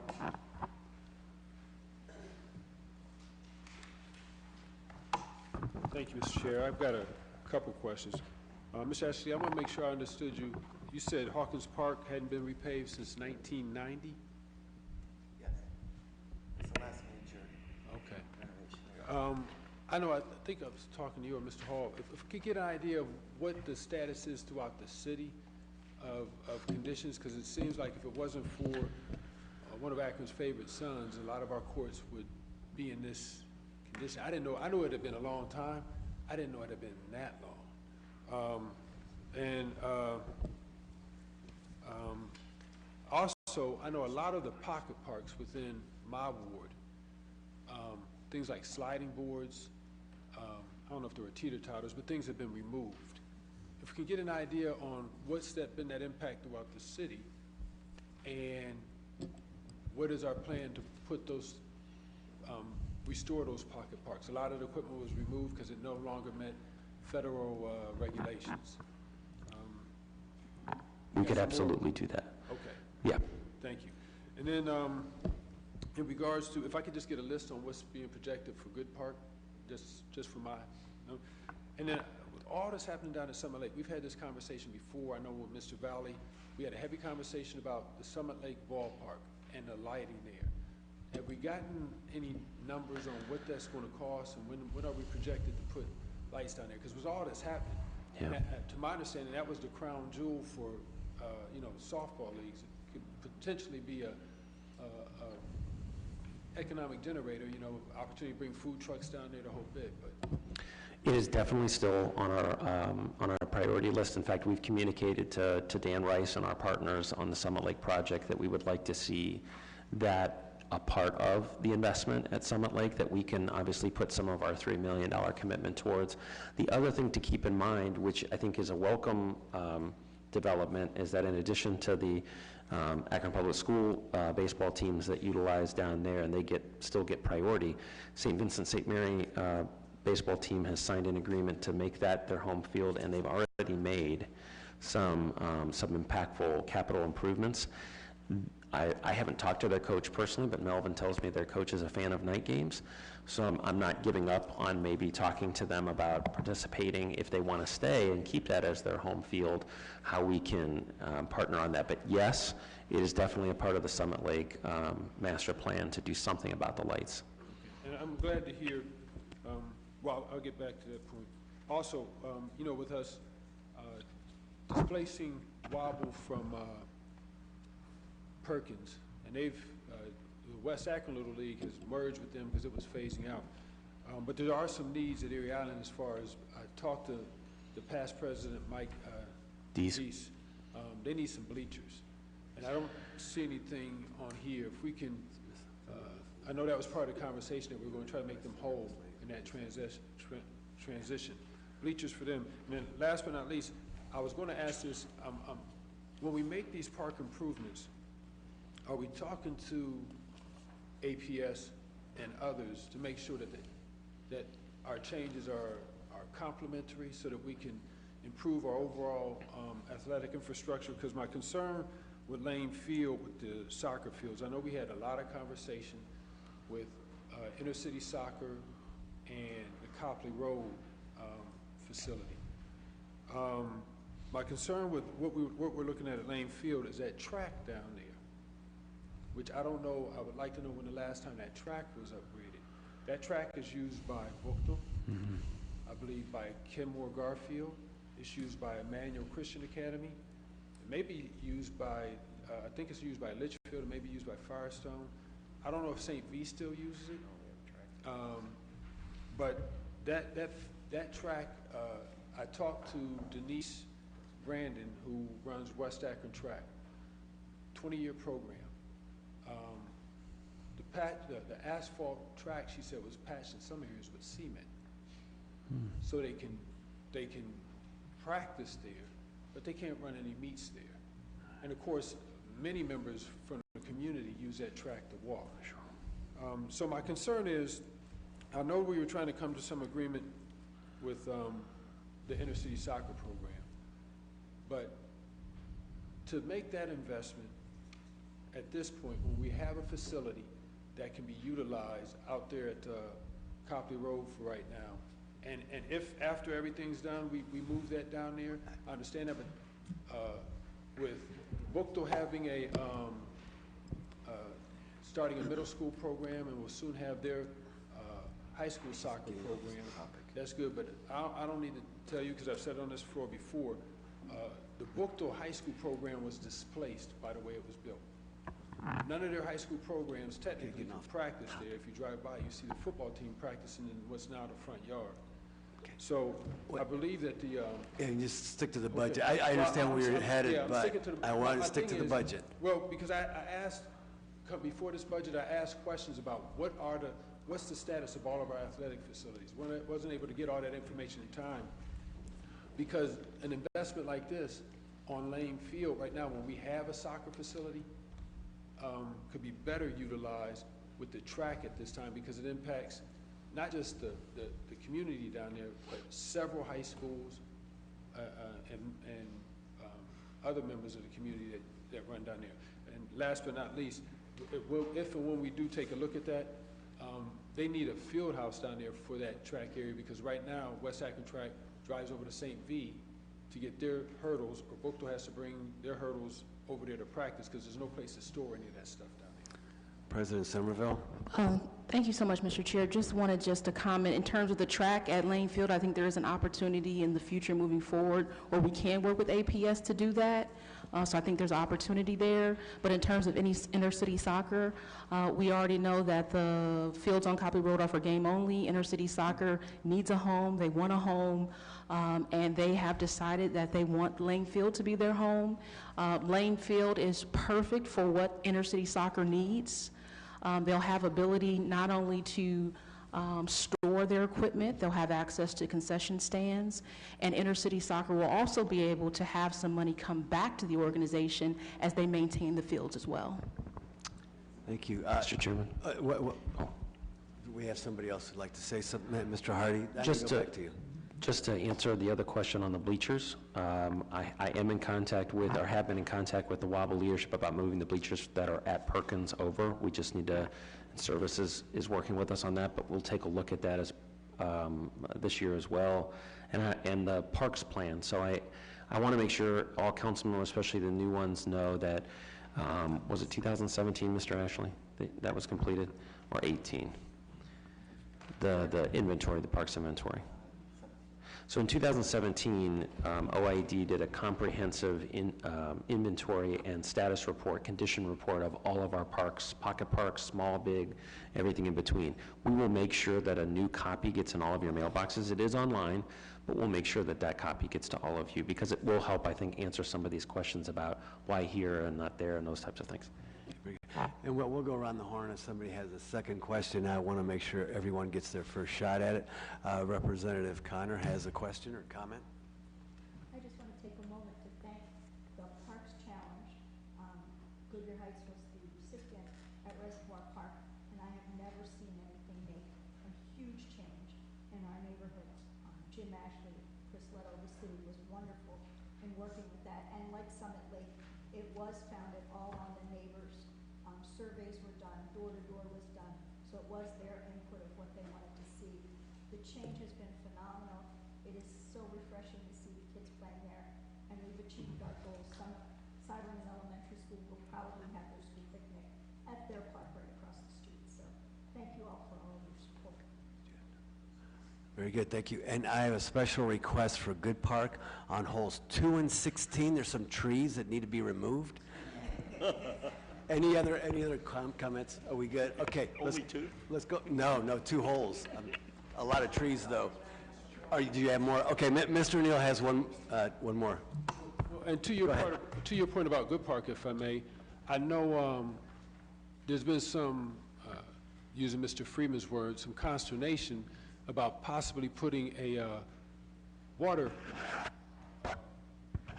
when they do the new development, adding a water spot there. So if you're looking at the changes that Mr. Fusco was looking at, may want to look at those as well. But Madam President, in regards to Summit Lake, if we can have a meeting with those groups, because the agreement that we thought existed does not exist. The agreement with Copley Road does not exist. There is no legal agreement on that point. That's another day. Well, I understand, and we've talked about it before, but I just want to stick to the budget. Well, that's what we're here for. Yes, I want to sir. stick to the budget, Okay, but that's another, if for I may, another day. We're talking about That's taking another day. $200,000 to do a project That's right now another day. where we have a facility for soccer, but we do not have a facility for That's track. for another day, Mr. Neal. But I just want to stick to the budget. That's what we're here for, is the budget. That conversation is for another day, in terms of an agreement from the past. So that's another day. this is budget discussion. We're going to stick to the budget discussion. Okay, Okay, thank you. thank you. Any further questions or comments? If not, we'll now go on to miscellaneous. But before we dive into miscellaneous, at this time, I'd like to invite District Chief Twigg to just give us a brief, Deputy Mayor Brown, to give us general overview of some capital needs for both police and fire. No, I'm not Chief Twigg, but first name the same, though. I just wanted to just real quickly share that our comments can be very brief because the leadership teams for all three divisions are planning on meeting with council members, going out. You guys will hopefully go out to the different divisions and have a conversation. So with that, Chief Twigg, we could come up and do a quick overview, and after him is going to be Chief Ball. Thanks. Good evening, everyone. I'm Deputy Chief Charles Twigg from the Akron Fire Department. Apologies from Chief Tucker. He's tied up at another commitment right this minute. I just wanted to give a real quick summary of the fire department operations. Also, thank you to the mayor and cabinet and council for the continued support we get and the resources that are provided so we can do our jobs in an efficient manner. Just as a quick overview, we respond to over 50,000 calls a year now. 80% of those are traditionally from EMS, the remainder being fire calls. We do that with 363 budgeted firefighter positions, 81 lieutenants, 16 captains, and 13 chiefs. We have 13 stations throughout the city, and we also maintain our own fire maintenance facility for vehicles, as well as our own training academy. As you know, we provide EMS and fire response, but we also do special operations, which includes hazmat, technical rescue. We have a fire prevention bureau, which does all our inspections, and we have a really excellent community services section now that gets out and works with the community, and especially a lot of our children. In addition to that, like I said, we do have a fire training academy that we do all our own internal academies and do a lot of our own instruction in-house to save money and do a really good training product for our community. And additionally, we partner with the police department in our communications center, which does all our dispatching. And lastly, we have a great account services bureau, and I'm going to turn that over to District Chief Cott real quick to give a couple ideas about what we're doing with our capital money this year. So thank you, and we look forward to meeting you out at the station here in a couple weeks to give you some more details and a nice tour. Okay? Thank you. Thank you, Chief Twigg. Good afternoon, Council. So, as Chief Twigg mentioned, I will go over a few of the upcoming budget items. I would like to expand a little bit on our capital asset overview.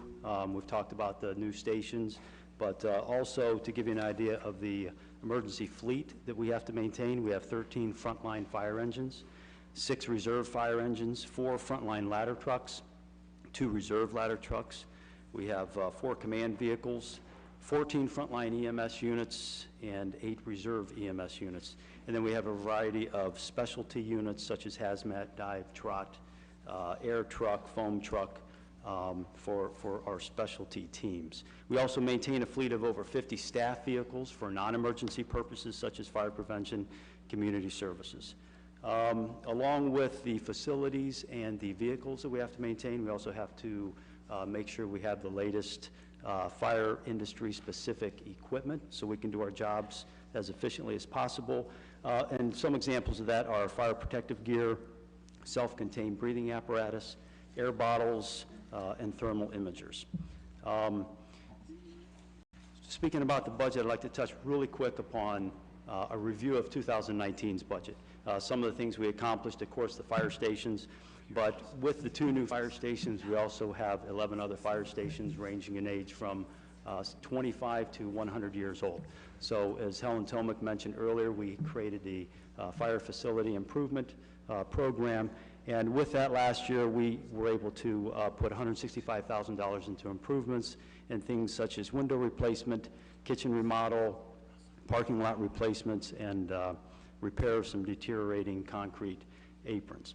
Also, we're very excited here soon with our 2019 budget. $600,000 was put towards our $600,000 of IT was put towards our $1.2 million new ladder truck that should be coming here in April that we hope to have in service this summer. and that will, of course, be at our new Station 4. Also on the equipment end, we did purchase extrication equipment, new air cylinders, and ballistic vests and helmets to protect our personnel in those types of dangerous situations. So as we look towards the 2020 budget, I'll touch on a few of the line items that you'll see coming up here soon. We'll be looking to purchase 2 new fire engines. You'll see a $1.03 million for that. We will be replacing Engine 2, which is a 2001 unit, and Engine 4, which is a 2005, and those happen to be 2 of our busiest units. We also have a vehicle replacement program that we'll be using to purchase other things, such as more than likely 1 or 2 med units this year. We have a fire vehicle refurbishment program where we use that for an alternative means to extend the life of some of our older equipment. We can extend the life of fire trucks up to 10 years and EMS units up to 5 to 7 years with that as a more cost-effective means. Our fire and EMS miscellaneous equipment, that is the fund that we use to purchase equipment as we see fit throughout the year. Some of the items we buy with that are extractors, rescue equipment, air bottles, and training equipment as needed.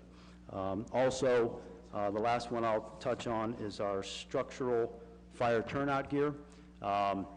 We try to maintain this budget and ask for this budget every year. We were fortunate enough a couple years ago with issue 4 to be able to purchase a second set of fire gear for every firefighter, and this budget helps us maintain that.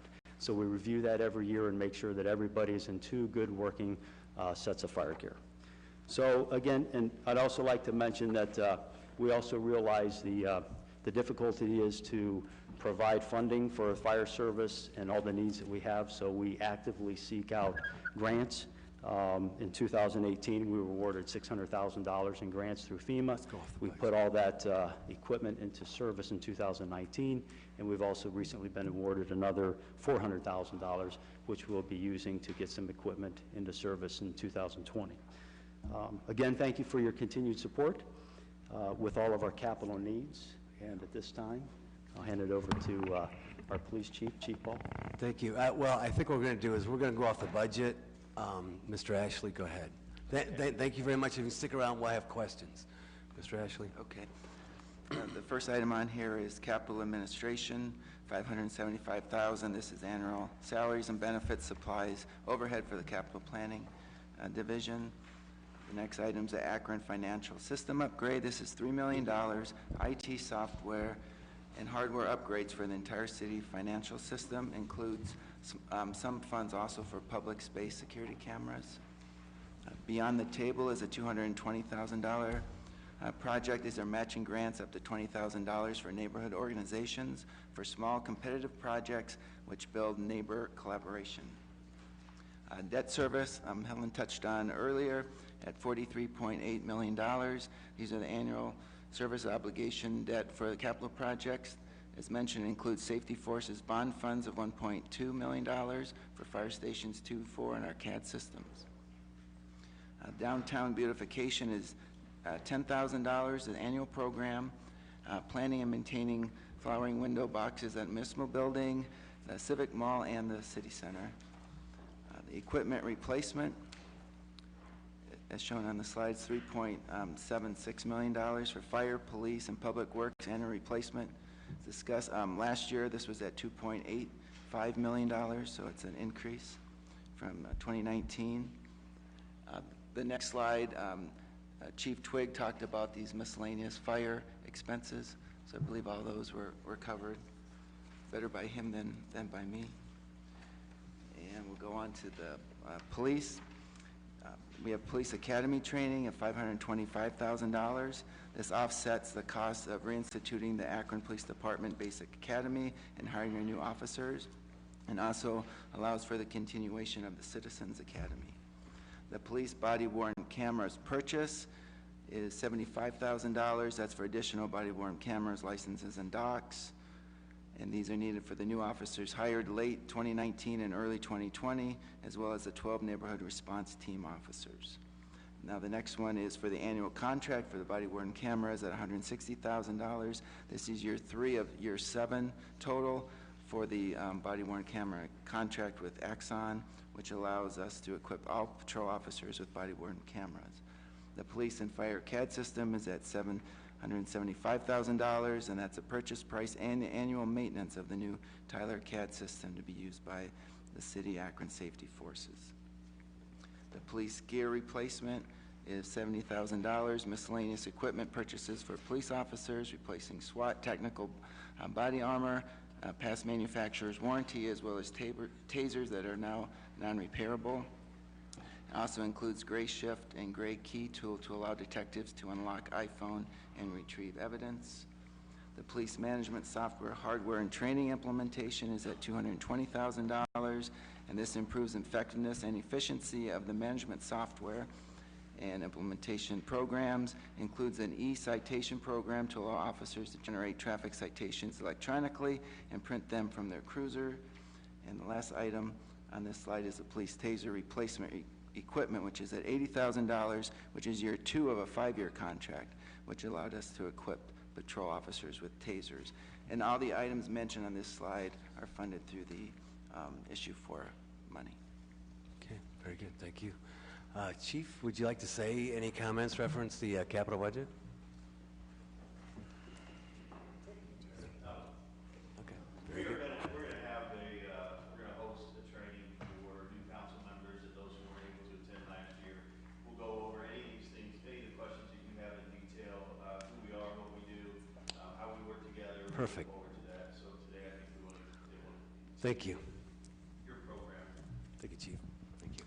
And then Very good. our last slide under miscellaneous is the street lighting maintenance, $275,000 for the annual trimming of street trees near street lights to enhance area lighting, provide clearance for vehicular traffic, and to mitigate structural defects to maximize the lifespan of the street trees.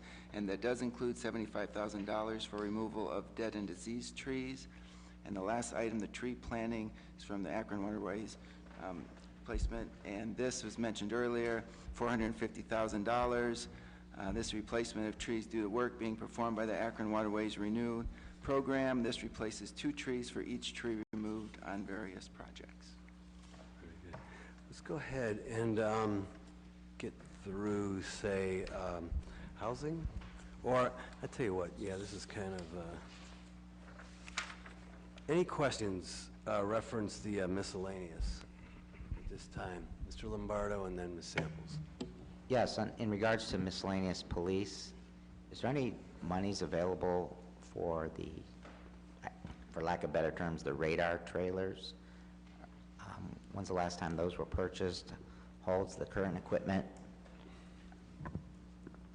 And is there any plans for getting additional equipment? We do have some radar trailers that are available, and we put those out. Most of that is the neighborhood response team officers that coordinate that with our traffic unit. Right now, all those are operational, and we really didn't see a need for more trailers. But that is something that we probably could get through an operating expense rather than the capital program. That's true. So it's a little bit of a different discussion. Very good. Thank you. Any further, Mr. Lombardo? No. You good? Okay. Ms. Samples? Thank you. I have a question on the police academy / training. Does this recommendation in the budget cover my understanding that the individuals in the academy now, are they paid a stipend? And No, does they're it paid a cover salary. that? They're A city of salary. Akron Is it employees. included They in start this? day one, salaried employees to the city of Akron. That could be operating too. I'm not sure, but So the salaries of the new officers would not be included in that. that would So be it's not in operating. here. This Okay. is capital. Okay, thank you. Thank you. Ms. Mobian? Just curious, I see Axon is providing us with the body-worn cameras and tasers. Is this a single source provider, or we just, I know we have a contract. It looks like a 5-year contract in both of those areas. We do. We have continuing contracts with them. Those are what these expenses reflect. We went through a lengthy process when we were determining which body-worn camera company that we were going to use along T&E. So there were other There were others that competed for that same business. But they're providing both of those? They do happen to have both those contracts? both of those technologies that we take advantage of. Okay, thank you. Further questions? Okay, Mr. Neal? Thank you, Mr. Chair. On the street lighting maintenance, I see where it's the trimming and whatnot. Is any of that also, I've noticed a significant difference of the lights now that they've been upgraded on Copley Road. Is there any, is any of that going to move into the residential area? Because a lot of the lights, you can trim the trees back, but the lights just aren't that vibrant. So is any of that in this at all? I can speak to the great streets themselves. We do have dollars as part of our consolidated plans to retrofit all of the great streets into LED, brighter LEDs, but I defer to service in terms of citywide plans to go all LED.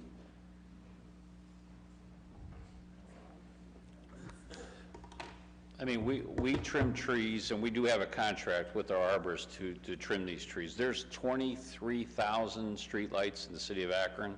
We only own about 1,700. So we have worked, like James said, with the great streets to, if it was up to the mayor, he'd upgrade them all. When you go to safety, and when you talk about improving the neighborhood, yeah, it all comes down to funding. So out of those 23,000, like I said, we only owned about 1,800, and the majority of those are LED. We've upgraded them already. So we are working in the great streets and with First Energy Ohio Edison to look at a program to upgrade the streetlights to LED. Pardon? Go ahead, Ms. There's 23,000 citywide, about 1,700 of those 23,000 are owned by the city of Akron. Okay. Ms. Mobian, you okay? Yeah, I'm just looking at the numbers. Okay. Further questions or comments? I would like to ask that in the future, if we could, under the, and we got a good report from fire in terms of the equipment replacement, but I see here in our handout on issue 4, we do kind of, we go in and say, and I'd like to see it just in our budget, I think it'd be easier, whereas we have like 1,030,000 under, and I'm looking at this handout, 1,030,000 for replacing 20 outdated or failing police vehicles, which is good, and under fire, I see 1,030,000 in terms of replacement for fire engines 2 and 4, so I just want to see that in the budget. Put that specificity. Yeah, in there. that's on those. Sure. We used to have that kind of breakdown. I just think it's easier for us. So that's all. Any further questions or comments? Good. Now we'll go into housing. Let's go ahead and we'll do housing separate from economic development. I think after that, it's a wrap. Okay. So the Housing Community Services section of the budget is federally funded. I referred to the Department of Housing and Urban Development multiple times. So these resources come to the city of Akron directly from HUD. We're anticipating about $7 million. These numbers may change depending on our allocation of funds, but right now we are looking at budgeting approximately $250,000 for acquisition, relocation, and clearance. That is different from the demolition part of it. In this instance, if there are any blighted properties within a targeted area, we're looking at perhaps acquiring those and then clearing those out. The CHODO CDCs, I know there's a lot of acronyms here that are new to you. CHODOs are Community Housing Development Organizations, and CDCs are Community Development Corporations. Their board configurations is what qualifies them as either a CHODO or a housing or a CDC. But we are looking at budgeting approximately $1 million, and this is looking at providing matching dollars for different type of multifamily housing that may come along. If you think of Commons at Madeline Park, or if you think of San Tomaso, both of those, and let's see, Middlebury Commons as well, both of those were funded and supported by the CDBG/home dollars. So we're allocating about $1 million for 2020. As of today, we're not sure what type of projects may come along, but it is a line item for those type of activities. We're also looking at approximately $700,000 for the demolition of vacant, abandoned, or deteriorated housing and/or commercial buildings. This is some of these dollars are going to be allocated for the VBR program, looking at vacant commercial structures. We're also looking at contracting with Habitat for Humanity to build maybe 3 or 4 houses somewhere in the city. Those locations are to be determined in the coming several months. About 3 or 4. We're also budgeting about $1.7 million to pay for staff costs. Everybody that is is responsible for the implementation and project delivery costs for the CDBG Home and ESG program. Right now, we're looking at approximately $850,000 of public improvements. This will include the design and construction of a splash pad at Patterson Park and perhaps other public space improvements. Also, perhaps we did allude to street lights in great streets, so this is a line item for that as well. The Emergency and Transitional Housing Program, these dollars are strictly for emergency shelters in the city of Akron. We can't use those dollars for anything else, the ESG dollars, so we're essentially a pass-through for those. The Minor Home Repair Program is a program where we work with Rebuilding Together, and they provide minor home repairs for homeowners that are disabled and or elderly. It's up to $5,000. It can be anything from a new roof, it can be including interior repairs, and something as simple as a furnace replacement as well. Homeless prevention is a tool that we have available and work with nonprofits within the city of Akron to prevent folks from becoming homeless or making that transition from homelessness into self-sufficiency and renting their own apartment a little bit easier. We also contract with Let's Grow Akron in terms of providing resources to us and assisting us in community gardens. We have 10 throughout the city, and Let's Grow Akron manages that program for us. The Community Services Program is a program where we work with local nonprofits to provide public services to local residents, and that could include seniors, youths, and this year we did the program a little bit differently, focusing on birth to first birthday, focusing on information and referral, financial empowerment, and then there's looking at youth programs for youths and some type of after-school programs for youths. We issued a request for proposals in June or July, and we will do the same thing in 2020 for 2021 funding. Fair Housing is a HUD-mandated program where we contract with the Fair Housing Agency to make sure that they look into any housing discrimination, complaint processes, and educate tenants and or landlords about fair housing guidelines. Neighborhood Stabilization and Sustainability is partnering with the Department of Neighborhood Assistance and the LED program, where they work with housing rehabilitation and housing abatement, and these funds, these CDBG funds, are used as match and to assist in abating the lead in homes throughout the city of Akron. So that is it for community development. Okay, questions, Mr. Swirsky first, and then... Talking about the community development corporations, is that the community development corporations? Pardon me? 100,000 for community development corporations? That is CDC's, I think that is CDC. But that's a different... That's $1 million. So, yes, that's $1 million. It's $1 million. So that is different than the CDC organizations is going to be covered in a different part of the budget. This $1 million is reserved strictly for housing activities. Samples? I have a question on the demolition. I recall us meeting sometime last year, and we talked about the demolition of when people are signing waivers, and then they're able to still maintain their parcels after we tear their houses down. Did we ever get any traction of that, or have we thought about once they sign a waiver, are they turning their parcels over to the city, or, because it almost seems like we're doing them a favor. We're tearing the empty vacant houses down, but then they're able to keep the parcels. I remember us having a meeting about that, part one, and two on the garages.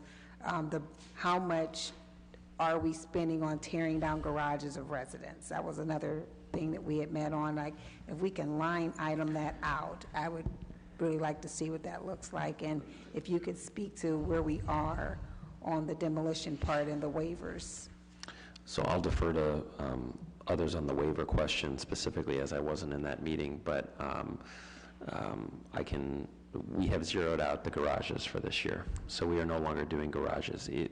It's not a significant chunk of that money, but when you think about the list of homes that we still need to get to, as well as the VBR coming online and doing quite well, actually, tearing down residential garages for free didn't seem like it made sense anymore. It was the highest priority, so we have administratively zeroed that out. Good. I, too, am not familiar with the waiver demolition program, and we can invite Mr. Valley to our Okay. next session, and he can Yeah, address that. and then I'll go back and I'm sure the email is probably there too, but I know we had a meeting and we talked about that specifically, because there we had a property in Goodyear Heights that it was like units of apartments, and they had signed a waiver. Then we had one over there on Firestone Boulevard, and their lady signed a waiver, and we went past the house, and outside of her just walking away from the house, there really was no reason to tear the house down. Land Bank ended up taking that house, but the other units it was massive.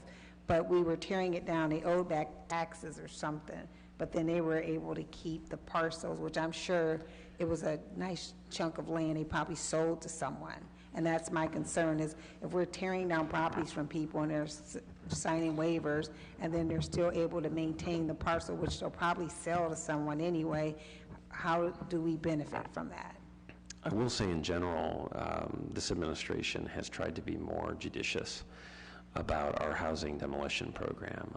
With the leadership of Director Segedy and Director Valley, we are taking closer looks at the waivers that are coming through, up to and including sending city staff out to look at the properties and see if they truly are ripe for demo, or whether this is, again, as you point out, a property owner that's looking for assistance in that. And so we are being much, much more judicious about that. In fact, starting last year, and we will continue this process this year, OID and long-range planning work with neighborhood assistants to prioritize the list of homes and properties first before we even let the contracts based on the budget that council allows for housing demo. So while I can't speak specifically to the waiver, and we'll have Mr. Valley come, I will say in general, we are trying to take much more of a cautious approach to housing demolition to make sure if the property can be rehabilitated or put into productive reuse, we're not using these precious funds that are becoming more precious by the year in situations as you described. Okay. And one other positive change that Mr. Hardy touched on briefly is the vacant building registry demolitions. We've really started to see those funds build up from our fees as well as some of the CDBG, and I think you'll see even more problem commercial properties coming down, and I imagine we'll probably have an update for council specifically on that program sometime this year. Thank you. Thank you so much. Further questions or comments, Mr. Mobian? Help me understand the difference, or is it the same? The CHDO and CDC housing on page 18 and the community services on page 19. What are we talking about that's different? So Chodo CDC housing is more of construction looking at the construction of a building and of apartment building. So it's going more into hard costs of a program, building Commons at Middlebury Commons, building San Tomaso. So those were like 40, 45 units of low-income housing tax credit projects. So the units over there by St. Thomas Hospital, would that fall under here? Yes. So those are the type of projects we're looking for in that line item. The line item on the, I think you referred to public services. The Community services. Those are public services, social service programs for residents. And this year we focused on financial empowerment, birth to first birthday, looking at information and referral. And there was also looking at youths. I think one of the studies that had came out in the last year or so, we had heard that there weren't programs for youths, younger folks, activities after school. So we were looking at those. Could evictions, the high rate of the evictions that we have in this, could that fall in this area as well? Under the Community financial part of services? it, yes, we do Yes, it have. could. I think we're working with community legal aid to provide some assistance to folks that are facing evictions. And that's something that we did through the 2019 RFP responses. So yes, to answer your question, yes. And we already are starting to use some of those dollars. Okay. And the other question, Mr. Chair, the under emergency and transitional housing, is this our priority or this is the federal government's priority of how these dollars can be used? So that is part of the emergency shelter grant program. Okay.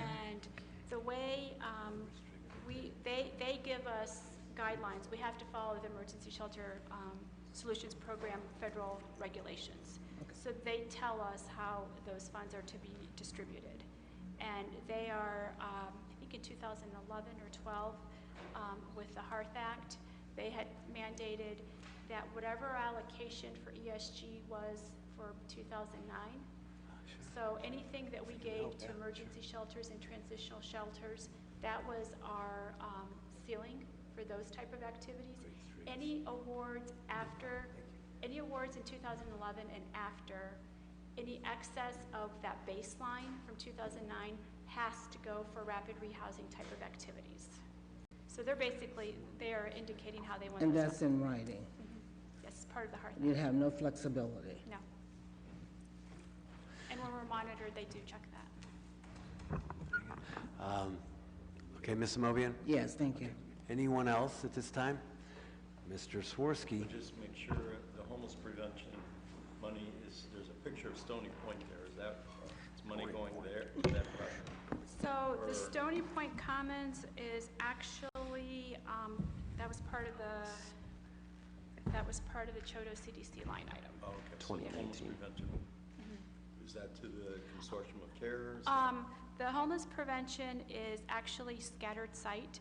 So it's almost like a voucher that as folks are exiting an emergency shelter, they are given a voucher or a commitment that these dollars will pay for their rent for up to 9 months if they income qualify while they become more self-sustaining in paying that rent. So it's direct assistance to...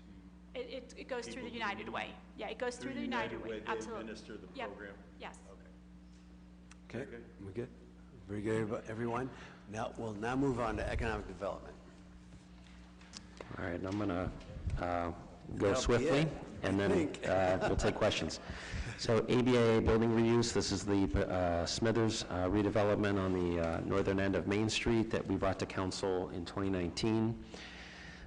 Ascot Parkway improvements, in conjunction with engineering, we'll be doing improvements to our highly successful Ascot Parkway. The Firestone Business Park, these are closeout costs, particularly for if you've been down there, the Cole Avenue extension is complete. These are just closing out costs for that business park. The Firestone HQ management agreement, so this is an annual line item as part of our agreement with Firestone to keep their research and technical center here. We carry the building costs until such time as we can redevelop it. I will say that we've had some incredibly positive conversations with with our state and federal partners on this parcel, on these parcels, this campus. And it is our top priority right now in terms of redevelopment sites now that Rolling Acres is off and running. Land banking, that line item speaks for itself. The Massillon Road Industrial Park, this is again for public improvements designed to make some of the remaining parcels of land more attractive. Obviously, we only go so far out there, and so we're taking a look at how we can proactively design some infrastructure improvements to further entice commercial development. Monroe Road Industrial Park, this is preliminary designs for the industrial park, including design for the drive within there. Roaming Road is off and running if you've been up there.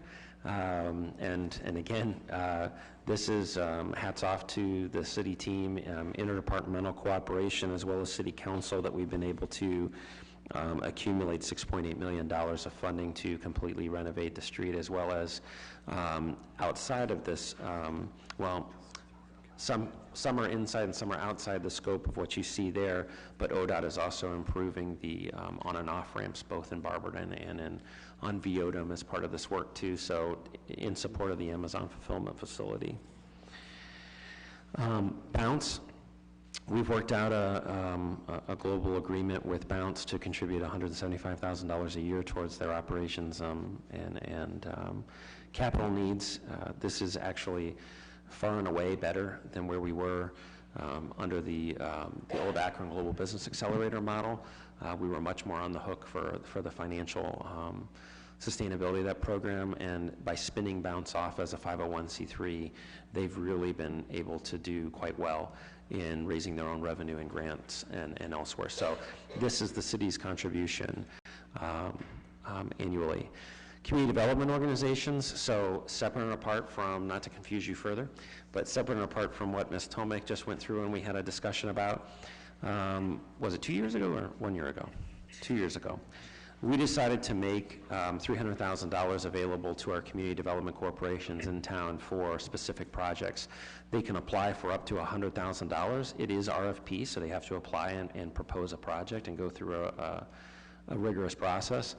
And this is a continuation into the third year of that program. Greater Akron Chamber contract of $125,000 in support of Elevate Akron.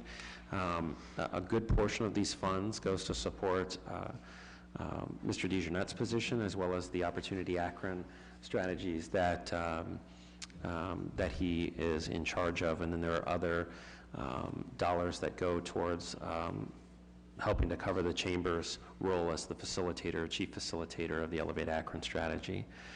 We have a $350,000 line item for small business assistance. This is, again, sort of pro forma. We typically have this line item every year as we have small businesses that come into needs, and that's been very successful. Great Streets improvements.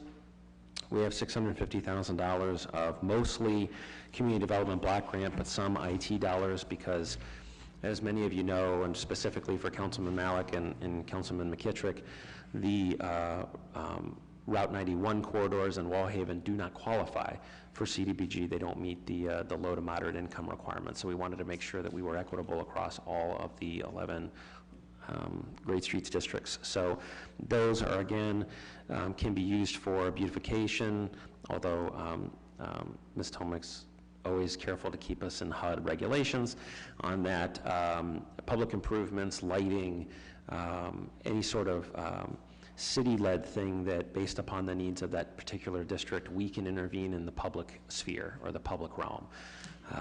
We try and do that. The Great Streets program itself, this line item, we're into our third year. This line item is specific to facade grants, loans, and other direct assistance to the businesses in the Great Streets. We are into round 3, is open right now for facade grants, and we anticipate round 4 being later this year.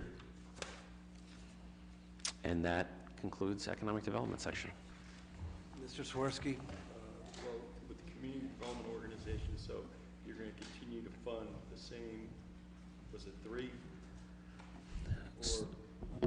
This is an open application, so this is different from the CHODO for housing and different from the public services or social services bucket. So this is $300,000 that we make available, up to $100,000 per award, for specific projects that don't have to be housing. They can be economic development and other neighborhood-led or neighborhood-based programs that the CDC wants to undertake. So it's more broad, but it's a competitive grant process. They have to pitch their project, go through a process, and then be awarded.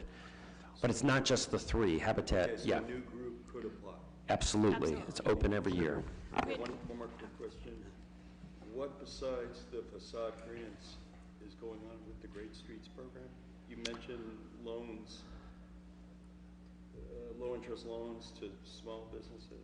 Could you Sure. elaborate on that a little bit? Sure. So in addition to the facade grant program with Great Streets, we have completed, and it's probably a good time to bring Mark Greer and Michelle and the team in to provide a global update, but we have completed, I think, what I would call the background work upon which we can build. So we now have retail analysis studies for all of our great streets that were done, that are up on the website. We have all of the data analysis, if you will. We've started to do some of the public improvements. We talked about the LED conversion on Copley Road.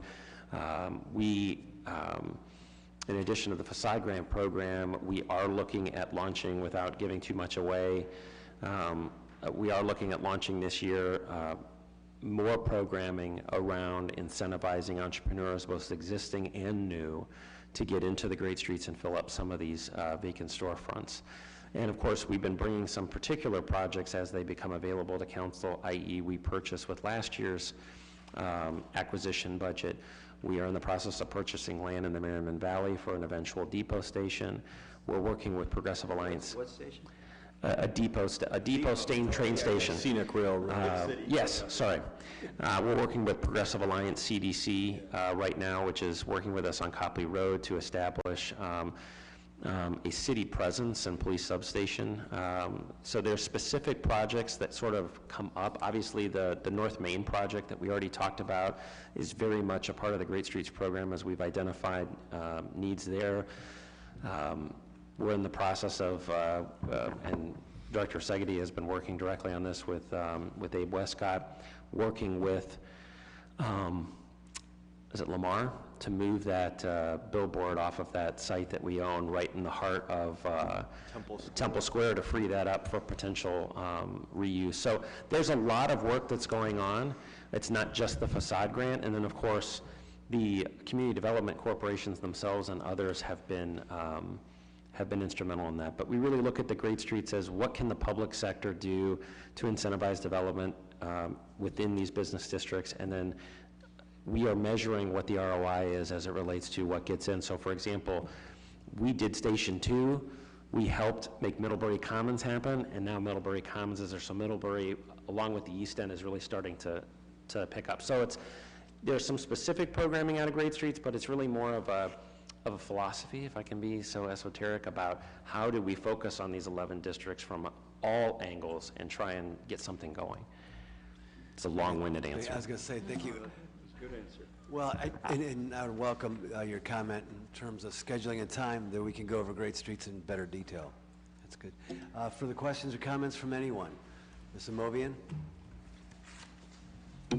So, just a couple questions. Can you give me an example of this community development organizations that could apply for $300,000 or up to $100,000? Sure. An example of a CDC that would be eligible to apply. I can give you examples of what we've seen so far. Okay. Kenmore Neighborhood Alliance applied for, they're building a coffee shop. So they applied for some acquisition dollars, and then they're funding for the, the interior work. So is this a loan or grant? No, they're grants. It's a grant. They're a grant, Grant. yeah. A Neighborhood Network Alliance applied for funds to do renovations. Now, where's that one? That's, they want to do something, they are partnering with, it's in the UPA area. University Park. Yeah. Oh, yeah, okay. They are looking at doing some extensive work on, at Boss Park, involving the residents within the neighborhood, And similar to the Summit Lake Initiative, working with the residents, what they want to see out there, they're looking at perhaps doing some orchards as well. So any CDC is eligible to apply. As Mr. Hardy indicated, we're not indicating it has to be a housing project, it has to be an economic development, it has to be a social services. We're letting the CDCs take the initiative, determining what the needs are within that CDC, and then applying for funding. And I anticipate, I think they're going to come out in May or June. The next round will come out in May or June of 2020 for 2021 funding. But we are looking for tangible, physical things. You see generally, like this grant wouldn't normally go to like pay an executive director's salary or something like that, so. Just one other question. This Greater Akron Chamber, I realize what you said, you're subsidizing salary and some other things. Do we give much more than this to Greater Akron Chamber? No, this is our line item. In both the city and capital, or the capital and operating, this is the line item. So this is it for Greater Akron? Yes. Okay, thank you. Further questions or comments? Mr. Neal? Thank you, Mr. Chair. I appreciate the presentation that's been given. And, you know, sometimes I feel like sound like a broken record, but I've got to ask this. I'm looking at about almost $350 million. And part of this report is the Akron Chamber, which has the Elevate Akron report in there. And for council's benefit, especially since we have new members, if we can have an idea of the equity lens that we're using to look through to make sure that as much as possible, we're expanding opportunity. I mean, the report was pretty specific to us that a certain segment of our community has been excluded from economic opportunity. You know what? I hope no one feels that this is against them, because when that report came out, this administration was just now getting on board. Some of us that have been here, and I've got to include myself now, for 10 years, since that report was over 10 years, I got to look at how have I looked at legislation that has either supported that inequitable practice or tried to change it. So this is my question. If we can have an idea on, when we look at this capital budget, what lens are we using to make sure that we are creating opportunity for that segment of our community that's been excluded? And then, you know, I think of, when we talk about equity, of course the report talked about the racial part, but my colleague spoke of, you know, with the streets, we're doing these streets and access for people who are confined to wheelchairs and can't get across the street. The investment, when we talk about equity, investing more in some areas that are more blighted than other areas. So some of our parks may be more challenged than other communities. So although the report spoke about, you know, racial equity, and that's where we want to start, but it really helps make us more holistic in the way we fund and provide legislation all the way around. But if we don't talk about it, if we don't have a metrics that we could look at and say, one of the first things you look at is when you do something, is who benefits and who loses out. Like I had a conversation with President Somerville. The soccer fields are great. I sit on Inner City Soccer's board, but the reality of it is this. Right now, we've got schools and stuff that have been displaced that don't have anything. We've got a place where they can play for a short period of time.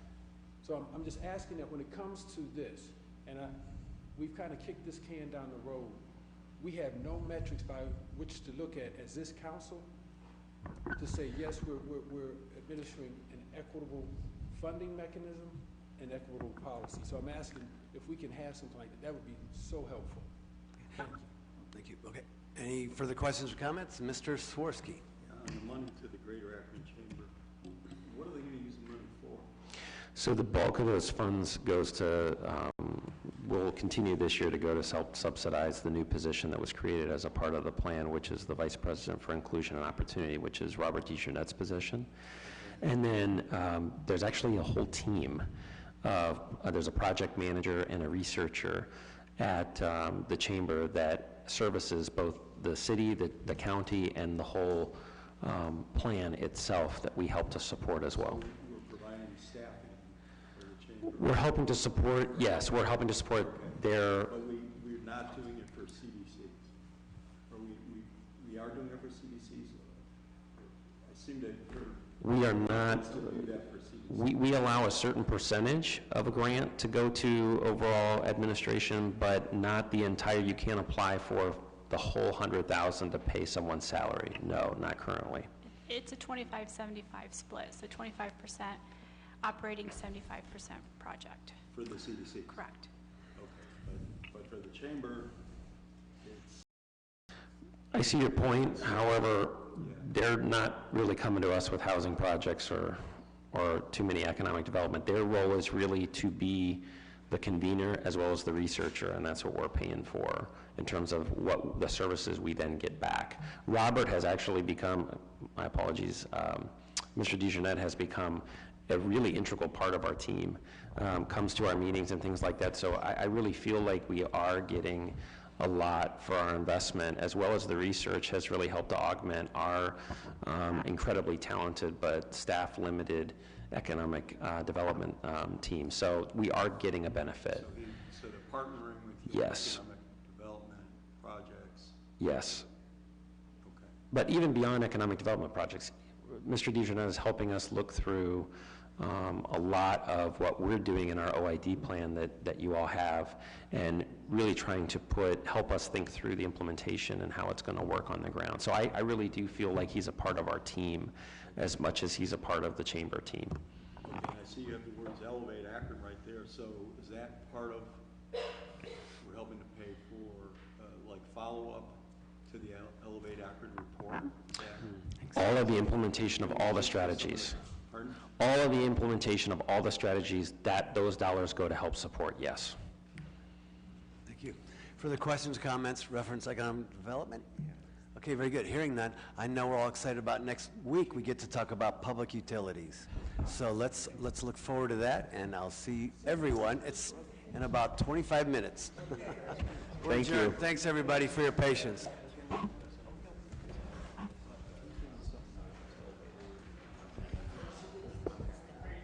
Good, man. How are you? Good to see you. Everything's going all right?